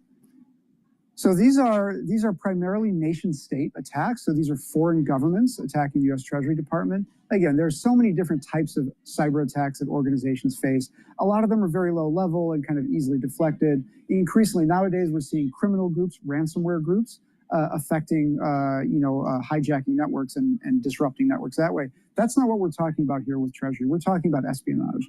We're talking about kind of large, long-range cyber espionage, where these are foreign government-backed actors whose purpose is spying on data. So in the latest breach, the Office of the Comptroller of the Currency, that's the regulator of America's national banks, had its email system hacked for almost 2 years. So for almost 2 years, a cyber attack group, which hasn't been identified yet, was conducting very advanced cyber espionage on the emails and the communications of America's national bank regulator. That's not supposed to happen. It led to this really extraordinary series of events where several of the biggest US banks, JP Morgan, BNY Mellon, and others, temporarily paused their electronic sharing of data with their regulator as a result of this breach. That's really extraordinary to have a regulated entity tell their regulator, your network is not safe enough for me to transmit data to. That was the incident that really compelled us to take a deeper look at this and try to figure out what's going on at Treasury. And I might add as well, this is at a time that Congress has allocated hundreds of millions of additional dollars to Treasury to enhance their cybersecurity. And they've spent that money. They have done things, but they have still not been effective fully in preventing these attacks. I noticed in your reporting, Jordan, there's been a lot of I guess, turnover or departures by senior cybersecurity people within the Treasury Department? Did that have any role in this, do we think? That's right. So another interesting aspect of the reporting is that, Treasury's senior most cybersecurity officials, from the chief technology officer and the chief information officer and all of their deputies, there have been, more than a half dozen of these individuals who have left Treasury since the Trump administration took office. A lot of the attention with Elon Musk and the Doge group has been focused, understandably, on the layoffs. This is not a case of layoffs. This is primarily a case of buyouts. So when the Doge group, has offered buyouts to large numbers of government employees, what's happened at Treasury is almost all of the senior most cybersecurity officials have taken the buyout. And what we've been told is that, in fact, some of those individuals may have even supported the Doge effort and the idea that, consolidating Treasury's IT infrastructure would help improve security. But all of those folks are gone. So the cybersecurity leadership at Treasury is almost entirely gone. At a time where it's facing kind of unprecedented levels of cyber attacks and successful cyber attacks. All right, Jordan, fascinating reporting with you and your team. Jordan Robertson, cybersecurity reporter for Bloomberg News, based in London. The big take story is trio of hacks at Treasury exposes pattern that has banks nervous. It's a big take. You can always find that on the Bloomberg terminal, or you can go to bloomberg.com/big takes. For our listeners in the U.S., a reminder, you can listen to us via satellite radio on Sirius XM channel 121, access to the world's only global audio business network, coast to coast, 24 hours a day. Stay with us. Your top stories and global business headlines are coming up right now in a market that is decidedly mixed. The S&P down 12 points, the Dow up 420 points, the NASDAQ down 200 points. We'll have continued coverage throughout the afternoon. This is Bloomberg.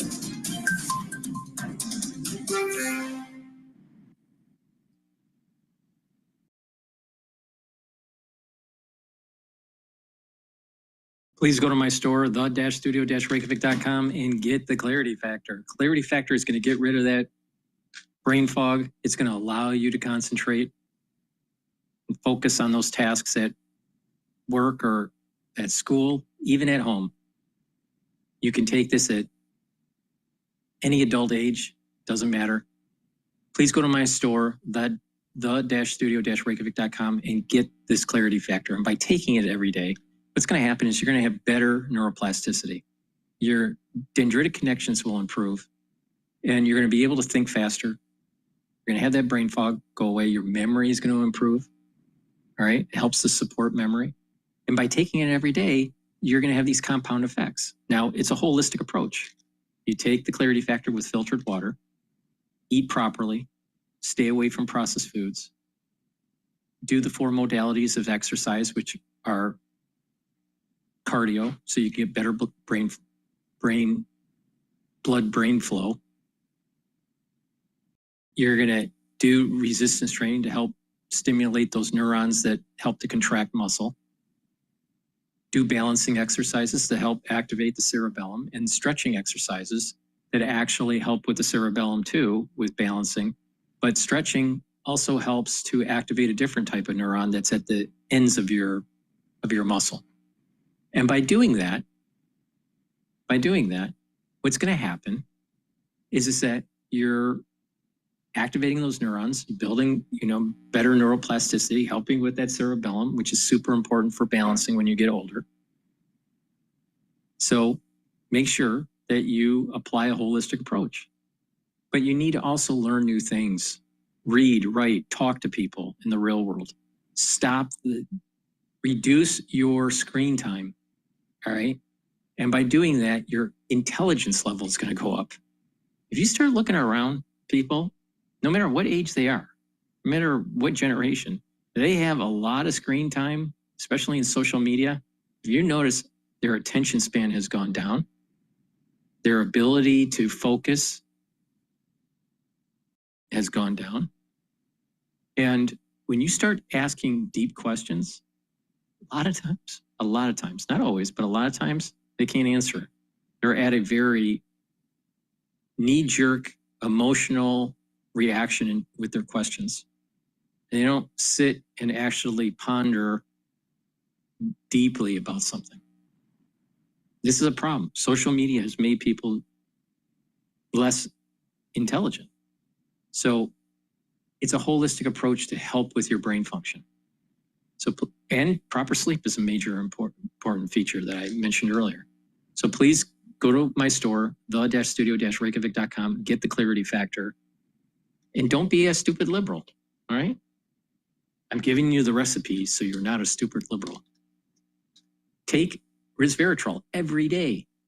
I've been taking resveratrol for decades. Resveratrol is going to help with youthful gene expression. It gets rid of senescent cells. It's going to help soak up free radicals because it's an antioxidant. And it's going to help the health of the mitochondria, and it's going to boost up energy levels.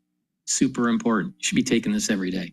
It stacks really well with C60, ubiquinol, NAD+, clarity factor. And this is the reason why I'm saying take them together and help the health of those neurons. Please go to my store, the-studio-reykjavik.com. And lastly, it's important to detoxify your body. When you're detoxifying your body, you're helping your endocrine system, you're helping your immune system, you're helping your other organ systems, including your neurons. And it's helping the vascular system by soaking up those toxins. You are helping to reduce that inflammation at the vascular level. And by bringing down inflammation at the vascular level, you're preventing plaque buildup, all right? So it's really important to detoxify your body all the time, right? So by detoxifying your body regularly, your body is going to perform better. Those tissues are going to perform better. Those organ systems are going to perform better. Your neurons are going to perform better, right? So a great way to do that is to take the zeolite. Zeolite is going to soak up those toxins and chemicals and heavy metals, allow you to urinate them out in about 6 to 8 hours. So take 3 small drops underneath your tongue and drink filtered water. Do that every day. When you do that, you're soaking up, you're binding those heavy metals, toxins, and chemicals, and you're urinating them out. And then when you approach a holistic protocol that I just mentioned, and you take the right you take the right supplementation, you stack them accordingly, then your body is going to perform better. And you're going to slow down the aging process. Your endocrine system is going to perform better. Your neurons are going to perform better. Your vascular system will be better. So detoxifying your body is super important. Now, there's lots of ways to detoxify your body. This way is to bind chemicals, heavy metals, and toxins. Now, some people prefer to take a more intense detox, maybe once or twice a year. Now, to do that, take 5 small drops or 10 small drops underneath your tongue, drink it with filtered water, and do that every day until the bottle's done. Do that once or twice a year. But I prefer to do the 3-drop method. 3 drops underneath your tongue, drink the filtered water, and do that every day. So please go to my store, the-studio-reykjavik.com, and get the zeolite. Bind those heavy metals, toxins, and chemicals, including forever chemicals. Very important. But also to help detoxify your brain, your central nervous system, you need the proper sleep. You need to drink filtered water. You need to eat properly. Stay away from chemicals that may be disrupting your endocrine system or your immune system. So cleaning agents around your house, if you can eliminate them or put them in double layering containers and reduce the outgassing of those ingredients, that will mitigate the problems. Because if you have paints in your basement or in your garage, you're breathing those in over time. You may not smell it, but you're breathing that in, and it is disrupting your endocrine system and your immune system. And these chemicals get into your body, and sometimes they stay there, and you need a little bit extra help to get them out of your body. Now, some things you can't get rid of at all. Nanoplastics and microplastics, you can't. But some of these forever chemicals and these heavy metals and toxins, you can bind and urinate them out. But you have to detox and detox regularly, but you also have to clean your environment. If your exposure to these substances are chronic, you have chronic exposure to these substances, then your accumulation in your body is going to be far greater. But if you reduce your exposure and you detox, your body's going to perform better. So please go to my store, the-studio-reykjavik.com, and get the zeolite and bind those toxins and chemicals and heavy metals. Very important. And lastly, heirloom barley. Heirloom barley is a dense, protein-dense powder. All right. This is a month's supply. You take a scoop a day, mix it with soft foods, filtered water, a smoothie, or even with milk. Take it every day. And what it does is it detoxifies your body. It's another great way to detoxify your body. You can use this with the zeolite if you want. In addition, it brings down inflammation. That's super important for recovering after a workout, reducing inflammation at the joints if you have osteoarthritis, or bringing down inflammation even at the vascular level, right? By bringing inflammation down at the vascular level, you're reducing plaque formation, and at the cerebral level, and the brain level. If you're reducing inflammation at the brain level, then you're reducing the degradation of the actual myelin sheath. And a lot of people don't realize that people can get inflammation in the brain. And when you have brain inflammation, it disrupts the myelin sheath of the neurons and neural decline accelerates. Well, you want to reduce that. You want to reduce that inflammation. And also reducing inflammation helps with your immune system and your endocrine system. So this is very powerful stuff. In addition, you can soak up free radicals with superoxide dismutase. And by soaking up those free radicals, your cells will perform better, your tissues will perform better. And soaking up free radicals at the vascular level, you're reducing plaque formation. And soaking up free radicals at the neural level is going to help the health of your neurons. So it's boom, this heirloom barley is super important to help to detoxify and bring down that inflammation and soak up those free radicals.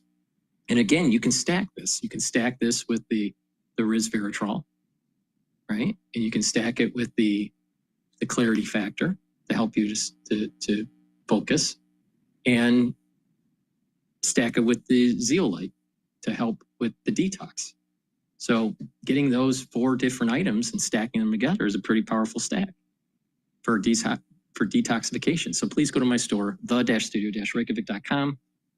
Use discount 5, you get $5 off any order. If you spend more than $150 or more, you get a free gift until supplies last. Let's go back to Bloomberg. Vance weighed in the corridors of the Capitol, the halls of power. We turn to Bloomberg's Tyler Kendall right now. What's going on, Tyler, and what's the feeling of this past?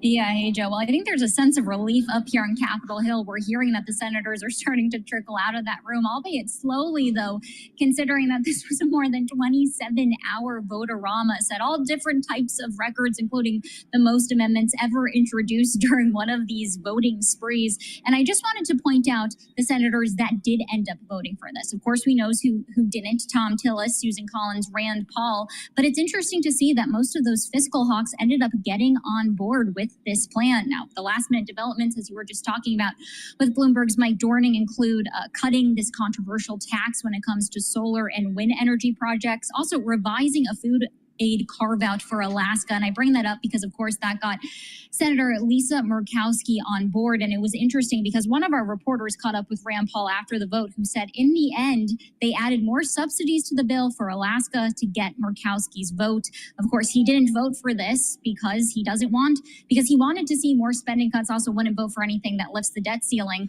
in such a significant way. But that brings me to the next point, which is that when it does come to those fiscal hawks, perhaps this bill could face a little bit more pressure when it gets to the House chamber. We are expecting a critical vote in the Rules Committee later on today. It is expected to pass, but Joe, what we're really watching for is how the debate is going to unfold once this bill gets to the full House floor, whether or not those House Freedom Caucus members really dig in their feet for more substantial changes. Yeah, this is fascinating. Yeah, that Rules Committee hearing ought to be a doozy. Tyler, just procedurally here, it sounds like the Senate did jam the House. They cannot make any changes on this bill or it has to go back, right? So it's a take it or leave it situation. Right, exactly. This was designed not to essentially ping pong between the two chambers, which is why I'm watching really closely how the administration and the White House gets involved here. Because, Joe, you'll recall once this had passed the House back in May, House Speaker Mike Johnson came out and he said that he thought some of his hardline members could get on board if they were offered some sort of executive orders out of this White House. So we're going to be watching really closely as President Trump does work the phones, makes, of course, his primary challenges on different social media platforms. If we do get any firmer sense on whether or not there's been commitments to perhaps do another reconciliation package down the line, though it's hard to imagine how that would get done, or if there would be some sort of revenue raiser or cost-saving executive order that could come out of the administration. All right, stand by, Tyler, for a moment. This is great reporting as we learn real time exactly what went on with this Senate vote. Mike Dorning, the majority leader, is speaking. John Thune, hopeful the House can pass the tax bill after the Senate passage. We knew that he was in touch with Speaker Johnson. Do we assume this is going to pass, or do we have a problem in the House? There's a potential problem, and it could, slip past the July 4th deadline. Remember, at the end of the day, that doesn't matter. They can't change a lot here, though. But they want it done by July 4th. And that, although it's just because Trump says so, that lets them put a lot of pressure on people to cave now. And I think that they will put that pressure on, make those promises like Tyler was talking about to get them on board now. They're on the cusp of the legislative centerpiece for Trump's agenda. He just wants to get this done while it can get done. Don't wait. That's the old thing in Washington. When you can get it done, get it done. Right. Don't wait. I want to just also remind everybody that this is not you're seeing on your screen, you're hearing us talk about this passing the Senate. This is only the next leg in the process. This is going to go to a House vote that we're talking about here with Mike Dorning that would be final passage. Then the president presumably signs this on the 4th of July. Do we have a sense of what went on with the idea of a wraparound amendment? There was going to be a final vote that brought this back closer to the House. Did that happen, or did he decide there not was to pursue it? a wraparound amendment? It didn't bring it back that much closer to the House, but that's where some of those tweaks, like taking out that excise tax on solar and wind, the fix on the food aid so that Alaska's food aid doesn't get cut as much as some other places. Things like that all happened in that wraparound amendment, which we were just getting as they were voting on it. So trying to report out what's really in there is still going on. I'd love to go back to Tyler Kendall, if Tyler's standing by here, with the idea of next steps. Tyler, have House members already been told to get back to town? They are technically on recess here, right?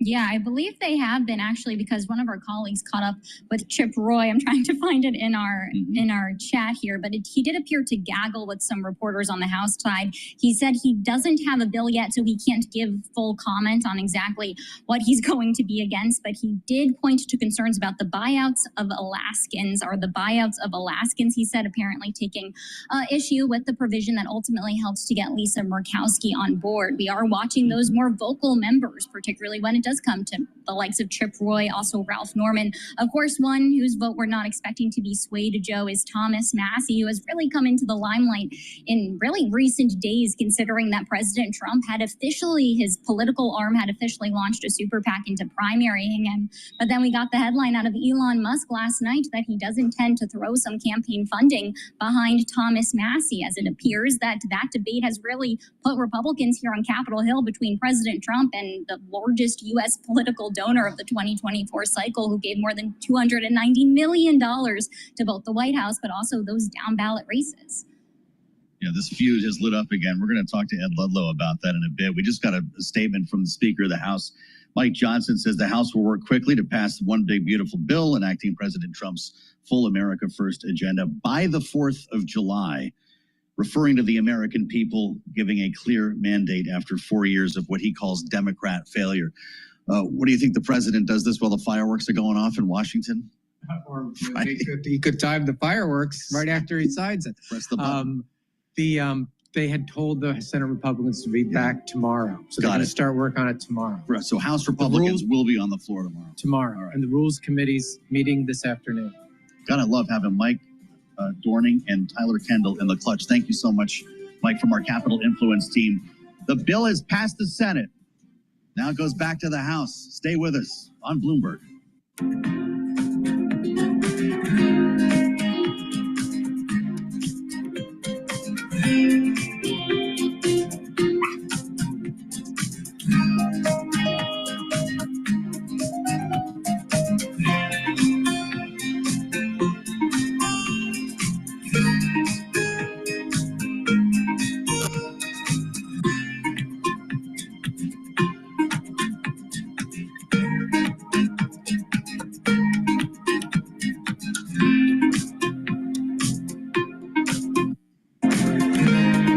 Your Florida life is calling, and we have the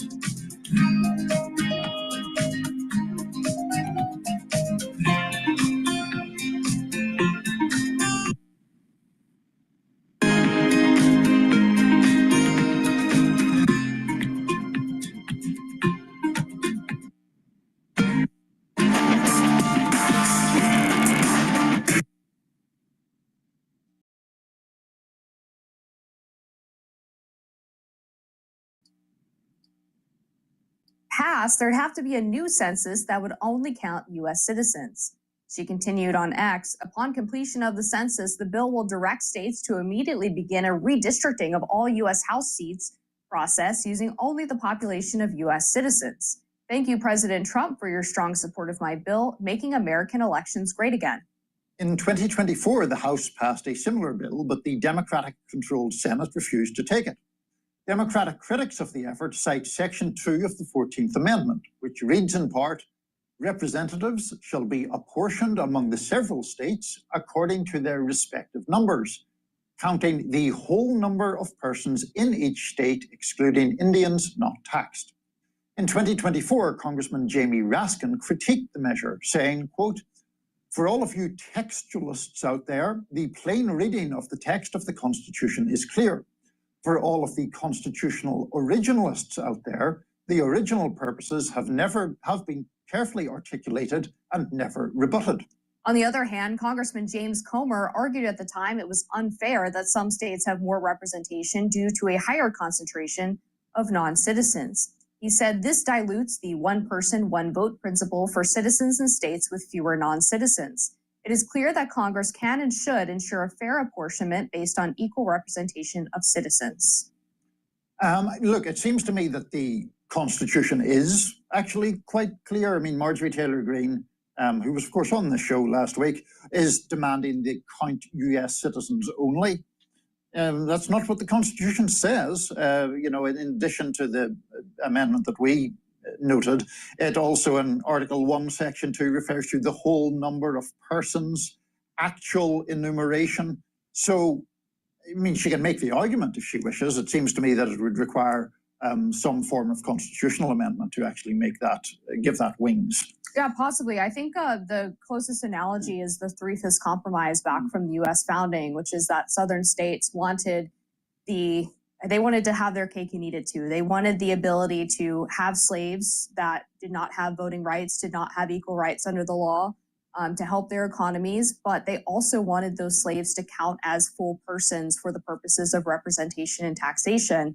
And a lot of people misunderstand the Three-Fifths Compromise. They think that it means that the U.S. was counting slaves as three-fifths of a person, but really the compromise was meant to prevent those Southern states from being able to have it both ways. And so I think we're seeing a similar thing now with illegal immigrants, where states that have high populations of illegal immigrants recognize that those individuals cannot vote and in a lot of cases do not pay taxes. Some of them do under the taxpayer identification number, but they also want equal representation for the purposes of district apportionment.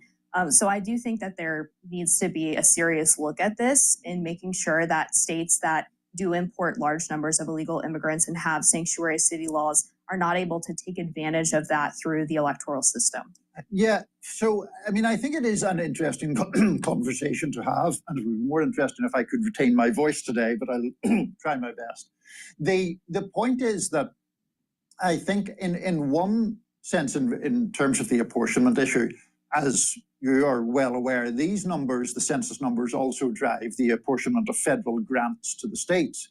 And I do think there's in fact an argument that can be made that states or other localities with a high number of unauthorized immigrants, those are still services that have to be provided for by those authorities, and therefore it is legitimate to count those people, in addition to obviously the constitutional imperative, as it seems to me. The other point, though, about asking this is that this has come up before, and it has been it was rejected in 2019. One of the reasons it was rejected was that the idea that when you ask that question in modern times, you reduce the number of people who respond to the census, and that then has all sorts of negative impacts. One of them being that you could ultimately end up, in effect, reducing the power, the enfranchisement of people who are, in fact, US citizens living in what are called mixed status households. In other words, where other people in the household are illegal or unauthorized. One migration think tank estimates 3.9 million households have both a US citizen member and somebody who is here without authorization. So the danger, I think, is that generally speaking, people are not going to snitch on census forms on their spouse or parent, but then in doing that, do they just not participate in the census, and therefore you create the problem that you're ostensibly trying to remedy? Yeah, I think ideally the census could have... With Asana, AI teammates can pull real-time data and help keep work on track, so every team can work smarter and faster. Asana, the #1 AI work management platform. Try for free today at asana.com.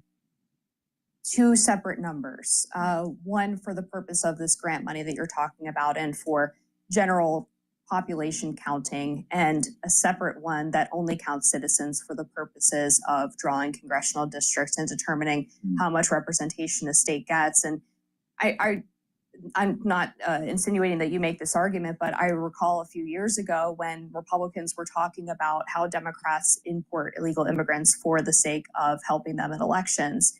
That was often misinterpreted to mean that Republicans believe that illegal immigrants could vote in federal elections. And it's more the argument that Marjorie Taylor Greene is making where, well, if you are in California and you have, let's say, 2 million illegal immigrant residents, then you get more representation in Congress and more votes in the Electoral College, which is how you influence elections by importing illegals. First of all, I think that some of the people on the right who made the argument that Democrats were importing illegals were doing it in a more noxious way than that. Now, that doesn't take away from the fact that there is the argument that you just described. One of the difficulties for that is it's not at all clear that that benefit would only accrue to Democratic states. Texas is one of the states which benefits from that factor by about 1 congressional seat, it is estimated. The other thing is that there are very exaggerated claims made about the extent to which that has a difference. Our old friend Elon Musk has claimed that up to 20 Democrats would lose 20 Democratic seats if a thing that is like Greens was enacted. There's just no evidence for that at all. There's an academic study done that suggested that in most recent censuses, the most number of seats that would have changed were 2. There was one census in 2010 that may have changed 5 seats. I understand the principle, and I understand the argument that, well, it's the principle that matters rather than the number. Fair enough, but I do think it's worth noting that there are sometimes exaggerated claims made about the effects of that. Yeah, and I think, the counter to that would be even 2 to 5 seats, as we see right now in Congress, is a significant amount. Republicans have a slim majority in both houses. The Democrats have had slim majorities before. That can make a huge difference in passing legislation. And my fundamental feeling about this, and I think the feeling of a lot of Americans, is if you're not a constituent, if you're not someone who is either paying taxes or has the ability to even participate in elections, then you shouldn't be represented by a politician. It's a difficult one, Amber, because I think that we already have, obviously, unauthorized migrants severed from the ability to vote for a politician. But that seems to me different from the fact that the politician is still representing the collective interests of her or his district. And if those collective interests include a significant proportion of people who are undocumented, I don't love the word undocumented, actually, unauthorized, then I think it is still fair to count them. Actually, I think that the separation between the right to vote and the broader issue of who the politician represents is a distinction worth making. Yeah, I guess my pushback on that would be that politicians should represent the people, meaning the American people. Yeah, well, I mean, that's the law says that it should be enumerated according to the whole number of persons in each state, so it doesn't agree with you thus far. Why is Congresswoman Alexandria Ocasio-Cortez under federal investigation? We'll tell you next on Rising. Please go to my store, the-studio-reykjavik.com, and get this stack to help with your cardiovascular health and also your bone density. Let's talk about the bone density first. Make sure you take in calcium. I drink milk, but some people take calcium supplements. Make sure you have some magnesium in your diet or through supplementation. You can get that from my store, the-studio-reykjavik.com, and that will help with the efficacy of D3. But taking D3, super important to absorb calcium. It also helps with getting cells to go into apoptosis, and vitamin D3 helps as a gene expression cofactor. Super important. D3 is super important, multi-purpose. But when you do resistance training with D3 and you're taking in calcium, you're going to get denser bone. But it works even better when you take the K2, the vitamin K2, MK7 molecule. This is going to help you to absorb that calcium, do that resistance training, and it's going to deposit bone matrix. So you're going to have denser bone. Super important as part of your anti-aging protocol, because you do not want brittle bones when you get older. You've heard these stories where someone falls, breaks their hip, and they're elderly, and about 3 weeks later, they're dead. It's very common. So just make sure that you do resistance training and build that bone density and that musculature. Super important throughout your adulthood life. So taking vitamin D3 and K2 also helps to pull some of that calcium deposit around plaque formation in your vascular system and reduce further calcium depositing. So that's going to help with your cardiovascular health. So it's a dual purpose stack. It helps with bone density and cardiovascular health. But to add to that cardiovascular health, stack it with olive leaf extract. Olive leaf extract brings down inflammation. That's important for your immune system, and bringing down inflammation at the vascular level is going to help reduce plaque formation. And olive leaf extract helps to bring down LDL levels and increase your HDL levels. So when you do that, you have less LDL that's oxidized. And less oxidized LDL means less plaque formation. Stacking it together with the D3 and the K2 is going to help with your vascular health. So that's a great stack combo. So please go to my store, the-studio-reykjavik.com. Help with your vascular system, help with your bone density. It's really important. All right, let's go back to Bloomberg here. Make sure that you use discount 5 and you get $5 off any order. The terminal, Laura. The same guy you already thought won is the official winner. Right. So what we saw today is that Zoran Mamdani significantly widened his lead over Andrew Cuomo. All right. The Senate's tax bill did pass. It just passed. Points in this primary. That is an absolutely decisive victory. We knew that he was likely going to be the winner after last week when he was leading Cuomo by 7 points, a result that nobody expected. Everyone thought it might be close, but there had only been one official poll showing Mamdani winning. It turns out that this electorate was not captured by polls, and Mamdani is the breakaway winner. For contrast, in 2021, the first year that the city used this kind of ranked choice voting mechanism, Eric Adams emerged victorious after 8 rounds of voting by less than 1 percentage point over Catherine Garcia, who came in second place. Andrew Cuomo is losing by 12 points to Zoran Mamdani. Amazing context. Cuomo's going to be on the ballot still either way, right? So is he actually going to run a campaign as an independent or something else? So we're talking to people within the Cuomo universe right now, trying to figure out what his plans are. He has not decided whether or not to drop out of the race. His campaign said last week that he would be looking at the numbers to try to decide whether or not he had a pathway forward. It's unclear what these numbers are going to mean, but people close to him are already pointing out that despite the fact that he lost this race, he got more overall votes than Eric Adams did in 2021. So that might give you a hint as to what they're thinking for the general election in November. So could we still have a 4-way, Mamdani, Cuomo, Adams, Sliwa? Yes, and another candidate, Jim Walden, who's running as an independent. We're possibly looking at a 5-way general election. Very competitive for the first time in years. You've got your work cut out for you. Yeah. Boy, I should say so. Laura, thank you so much for letting us know. It's actually done. It's signed, sealed, delivered here. Bloomberg's New York City state reporter, Laura Namias. Yes, Mamdani wins the Democratic primary. We're going to assemble our panel next. Donald Trump talking again from the Alligator Alcatraz Detention Center in Florida. We'll talk about how they came up with that, by the way. You know, they're selling Alligator Alcatraz merch. I can't even get Bloomberg merch, but I'm willing to pay for it. Donald Trump says he thinks the bill will pass more easily in the House. We'll see about that. We're going to take Rick. Please go to my store, the-studio-reykjavik.com, and get the Myotrol. Myotrol will help to build muscle. When you turn age 40, it's harder to build muscle. So it's really important to take supplements that will help with the gene expression to build muscle. Myotrol will do that. Myotrol has polyphenols, flavonoids, and lignans to help with the gene expression to build muscle. Do resistance training, take Myotrol, and by doing that, you're going to maintain and build muscle mass.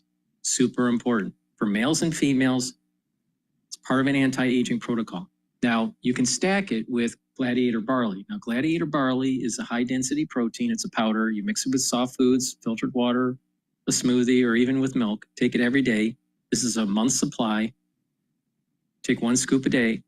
And what that's going to do is it's going to provide you with the nutrients you need to build muscle. All right. You stack it with the Myotrol. You can take them separately, but it works even better when you stack them together. Myotrol will help with the gene expression to build muscle and maintain muscle and help with the mitochondrial health. Gladiator barley is going to be the ingredients to build the muscle. In addition, it brings down inflammation, so you're going to recover quicker. It also detoxifies your body, and it soaks up free radicals via superoxide dismutase. All right. So by doing resistance training, taking Gladiator barley and the Myotrol together is a great way to build muscle, to get stronger. And by doing resistance training, you're also creating denser bone. So there's a lot of benefits for doing this. This is a great way to get healthy and slow down the aging process. But it's also a great way to improve your athletic performance if you're an athlete, younger or older. So please go to my store, the-studio-reykjavik.com, get the Gladiator barley and the Myotrol, stack them together to get the best benefit. You can take them separately, but by stacking them together, you get the highest efficacy in terms of building muscle. Please go to my store, the-studio-reykjavik.com. Use discount 5. You get $5 off any order. If you spend $150 or more, you get a free gift until supplies last.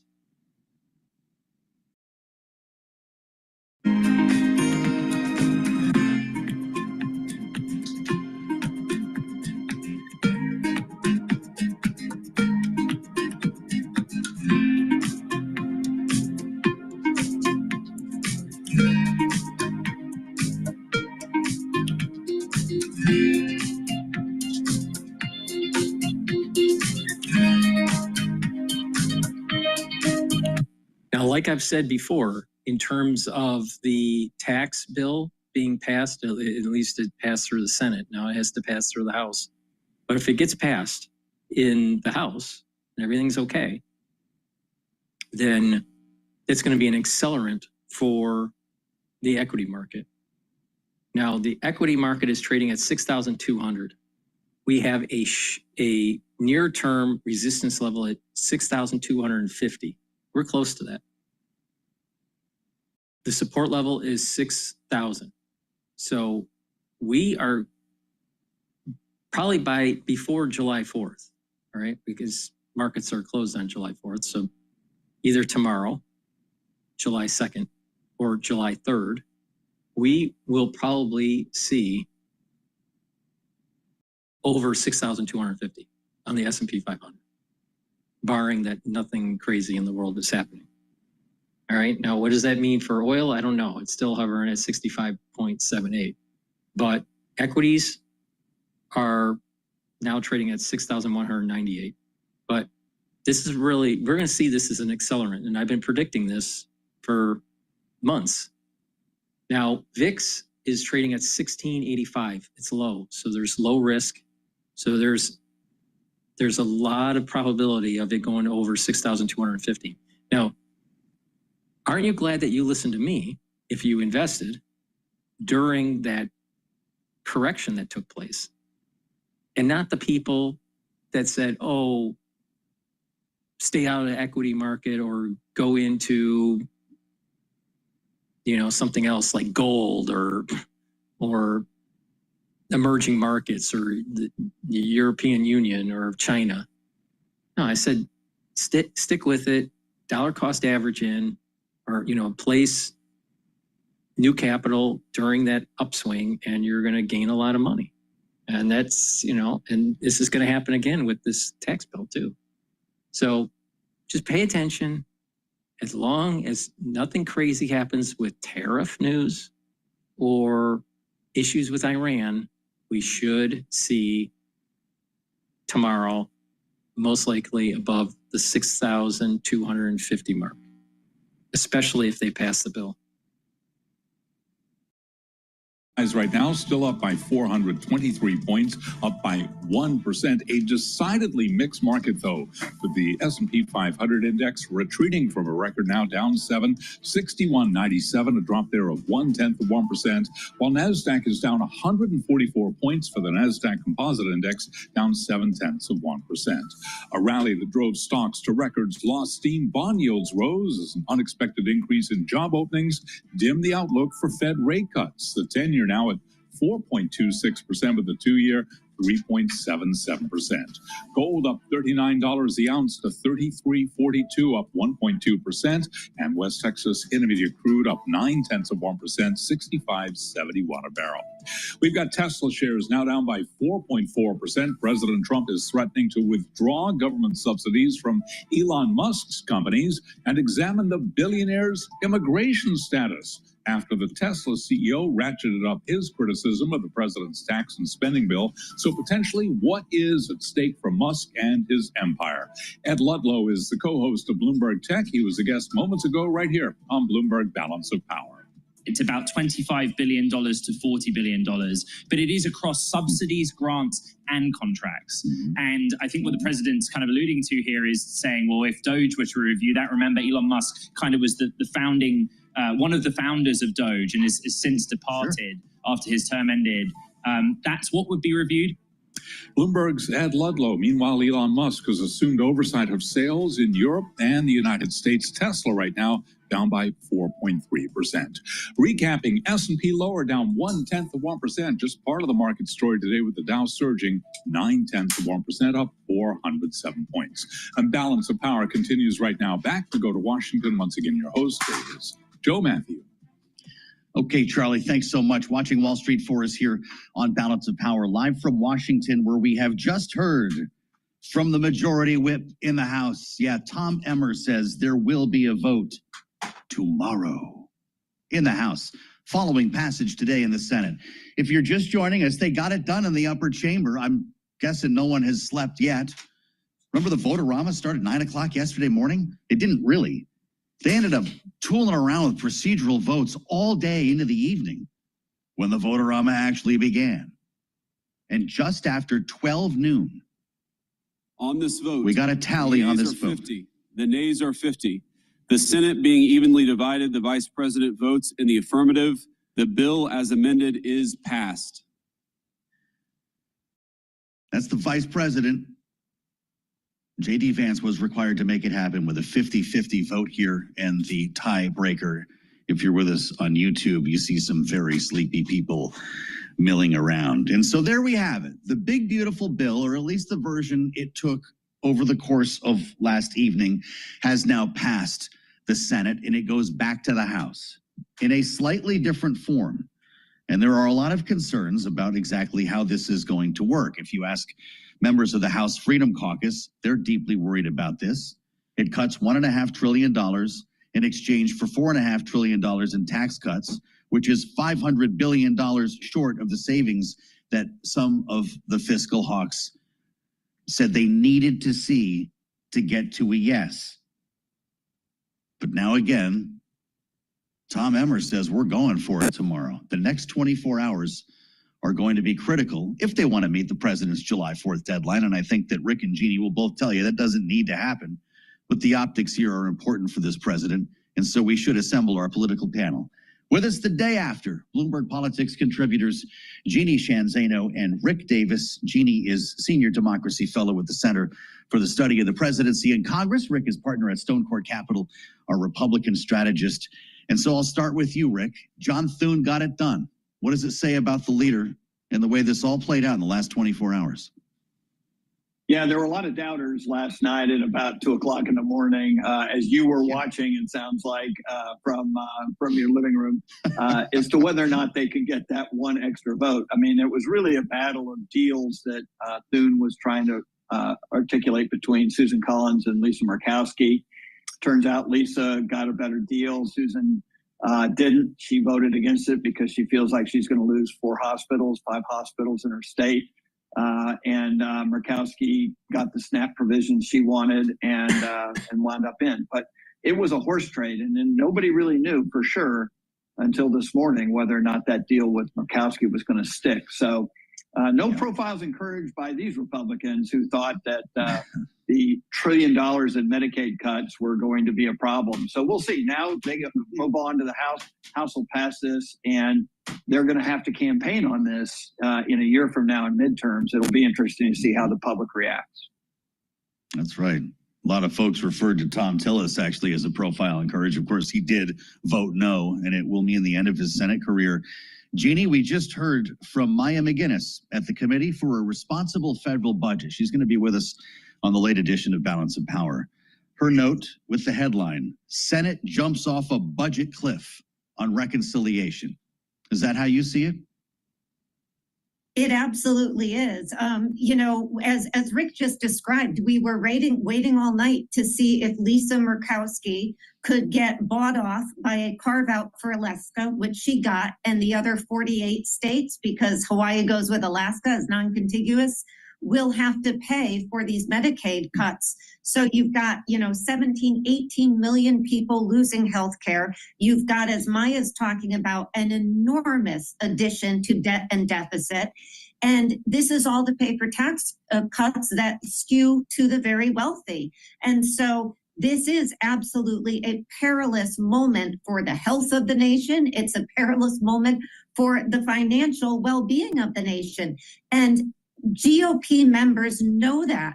They are absolutely aware of this, but the pull of MAGA, the pull of Trumpism has won out in the Senate, and it's likely to win out again in the House, because as much as the House Freedom Caucus likes to cry foul, they seem to go along. And so you've got to give it to Donald Trump. He's been able to pull out, at least in the Senate now, an enormous victory. And so that is a huge deal for him, and we have to wait and see where it goes in the House, but all bets are this thing gets through either, before July 4th or in the next few hours afterwards. We all remember the Cornhusker kickback, right? Ben Nelson back in the Obamacare debate. Rick, you were working in the Senate back then. How would you catalog this effort when it comes to backroom deals that Americans wake up and say, well, what happened and who voted on it? Yeah, we're a long way from those fiscal days of, trying to put pressure on people not to do these carve-outs. Pork barrel is back. And that's exactly, look, you always had to cut deals in the Senate and the House to get votes, right? That's as long as there's been those chambers, there have been those deals. I would say that this is the first time I can recall so many people having a different version of the facts to work from. This idea that you can call expiring tax cuts somehow policy and not have it graded against you as you factor for the deficits is nuts, because the deficits are the deficits. And so we just added $1 trillion a year in interest on the national debt. And I think all of these guys, there's no deal that can be cut that's going to put that thing in the rearview mirror. So I'm not surprised by the deals. It's obvious they had to get them because the underlying bill wasn't what they wanted. But at the end of the day, what I think everyone's going to remember from this is that at a time when everyone agrees that we are spending too much money in Washington, D.C., we just spent significantly amount more. Rick Davis says pork barrel is back. Jeannie, that's something to say in the middle of this conversation when this was supposed to be an effort to cut government spending. You know what Elon Musk says? If it's the last thing he ever does on this earth, he says he'll be helping to pay for the primary challenges against Republicans who voted for this bill. Before we get that far, though, we've got to go to the House, and there's no guarantee this is going to pass tomorrow, is there? There is no guarantee. It is likely that they are able to keep this bill on track and pass it. We don't know when. You just look at recent history. Every time somebody like Chip Roy has gone out very passionately and spoken out against a bill, he has caved. And, what's astonishing to me is I was rereading Josh Hawley's op-ed in the New York Times. What was it? We talked about it a couple months ago, saying these Medicaid provisions would destroy the party. And yet somehow he found his way to vote yes. And that's what seems to have happened in all of these cases.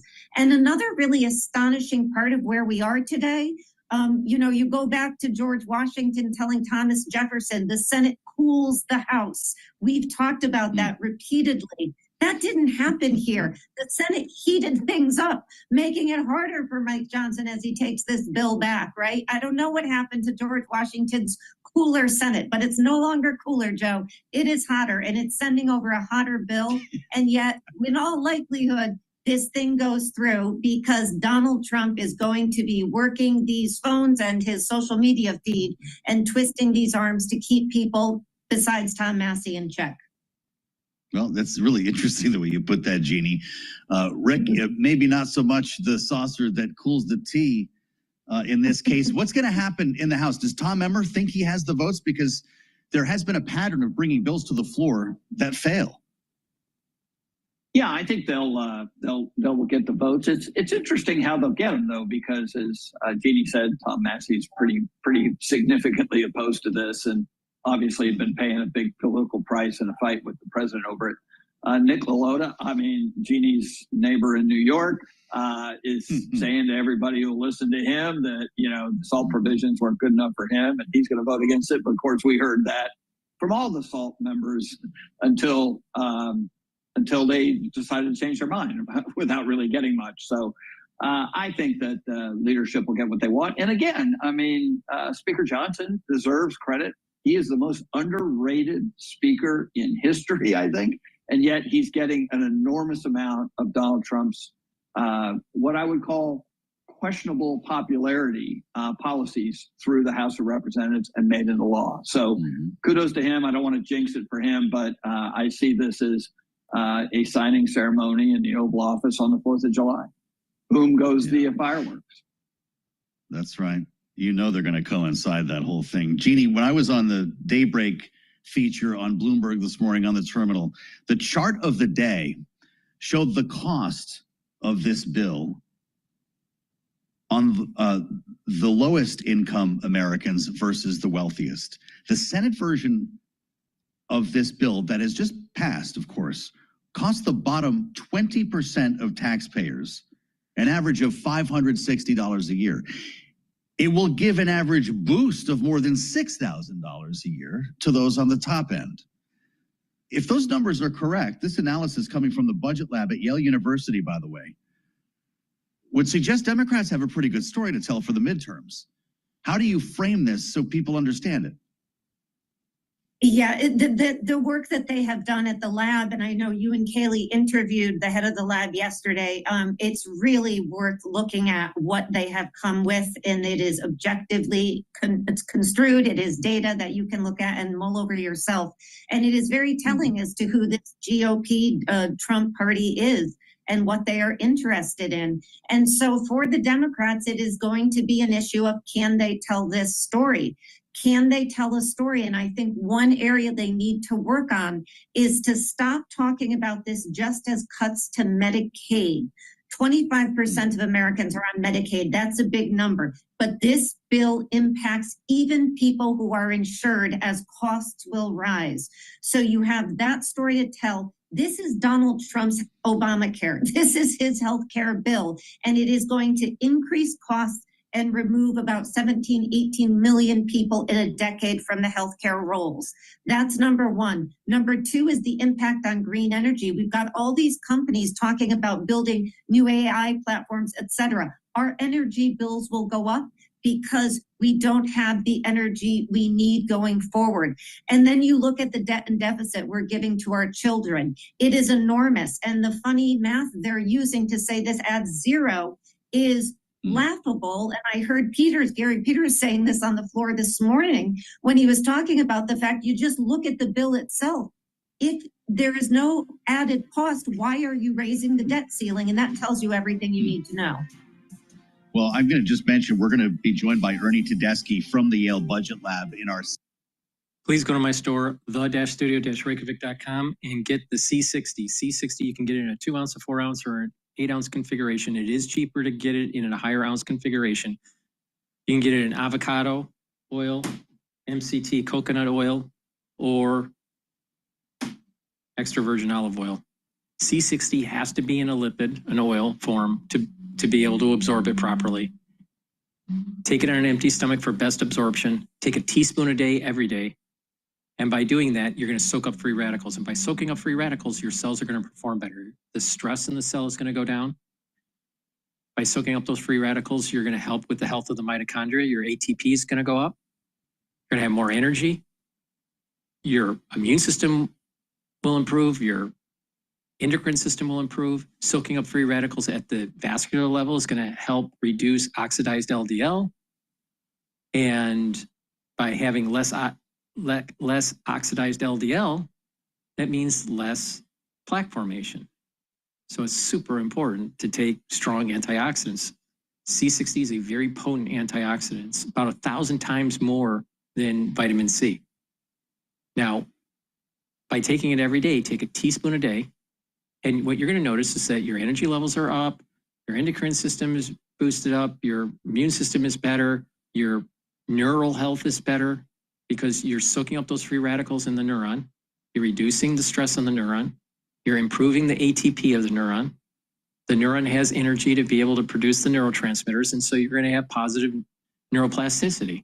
The dendritic connections are going to improve, and there's going to be You're going to think faster, your memory will improve, but it's a holistic approach. It's not just taking C60. It's also drinking filtered water, staying away from processed foods, staying away from sugary foods, making sure you do the 4 modalities of exercise, resistance training, cardio, stretching, balancing exercises. These are all very important. Learning new things. Some level of spirituality or mindfulness is very important to go into parasympathetic mode. And when you're learning things and talking to people and staying away from the screens, you're actually going to think more clearly. You're going to increase your intelligence level. See, all this doom scrolling that's happening on social media is making people dumber. And if you're not active, you're losing muscle mass, you're losing bone density, and you want to reverse that, right? So part of an anti-aging protocol is to look at this in a holistic fashion. Proper diet, proper exercise, sleep. Proper sleep is really important. And taking antioxidants. And C60 is a very strong antioxidant. So take a teaspoon a day. And what you're going to notice over a year period that you look younger, you feel younger, you'll just have more vitality. You stack it with ubiquinol and NAD+, resveratrol, clarity factor, boomer boost, gladiator barley, these other supplements that I have. And what you're going to notice is that there's a synergistic effect with these stacks that I've been talking about for the last 4.5 hours. It works. I'm in my 50s, all right? Alex Jones is younger than I am. Younger than I am, all right? Alex Jones looks a lot older than Dr. Paul Cottrell. Now, I'm pretty sure that I can outrun Alex Jones, outswim Alex Jones, outbike Alex Jones. And I'm pretty sure that my protocol, health protocol, is way better than anything he's taking or selling. Go to my store, the-studio-reykjavik.com, take this, purchase the supplements. These are the supplements that I use every day to slow down the aging process and to get healthy and to stay healthy.